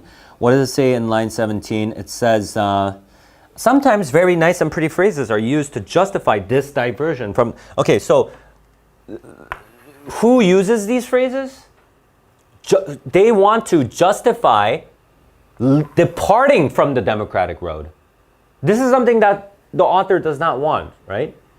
The opponents sometimes use nice and pretty phrases to justify oppressing democracy.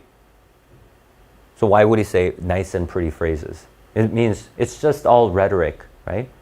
It's just all rhetoric, but it's wrong, right? It sounds nice and everything, right? So rectify means fix. So is he by using this word, is he trying to fix anything? That doesn't make any sense. By using this word, is he trying to obscure an indefensible governing system? Yes, he's trying to say that this is not feasible. You guys are just using words, right? Is he trying to undermine outspoken critics of the government? No, it's not about the government, right? It's about the system, right? So, I mean, yeah, he's not saying you can't criticize the government or stuff like that. Depict the daily experience of the majority of citizens. Really? That's completely irrelevant, right?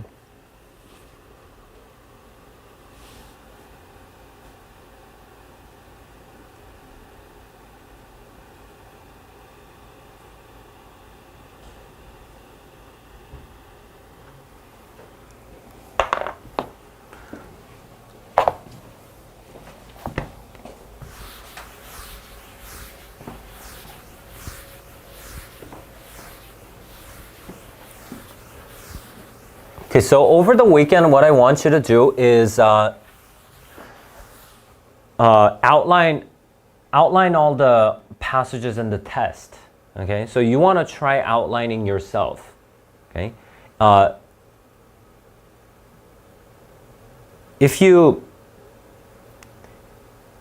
forget all the passages right after you read it, it doesn't really help you. Like it should serve you, it should serve as a future guide. All the passages that you read, you know what I mean? So whenever you see a new passage, you should be thinking, hey, this is just like the passage that I read before, or it's similar in this way. So you can, in that way, you can have that sense of expectation. But otherwise, if you don't do that, it's really hard to have that, right? So focus on doing that, and come well rested on Monday. Okay. Bye.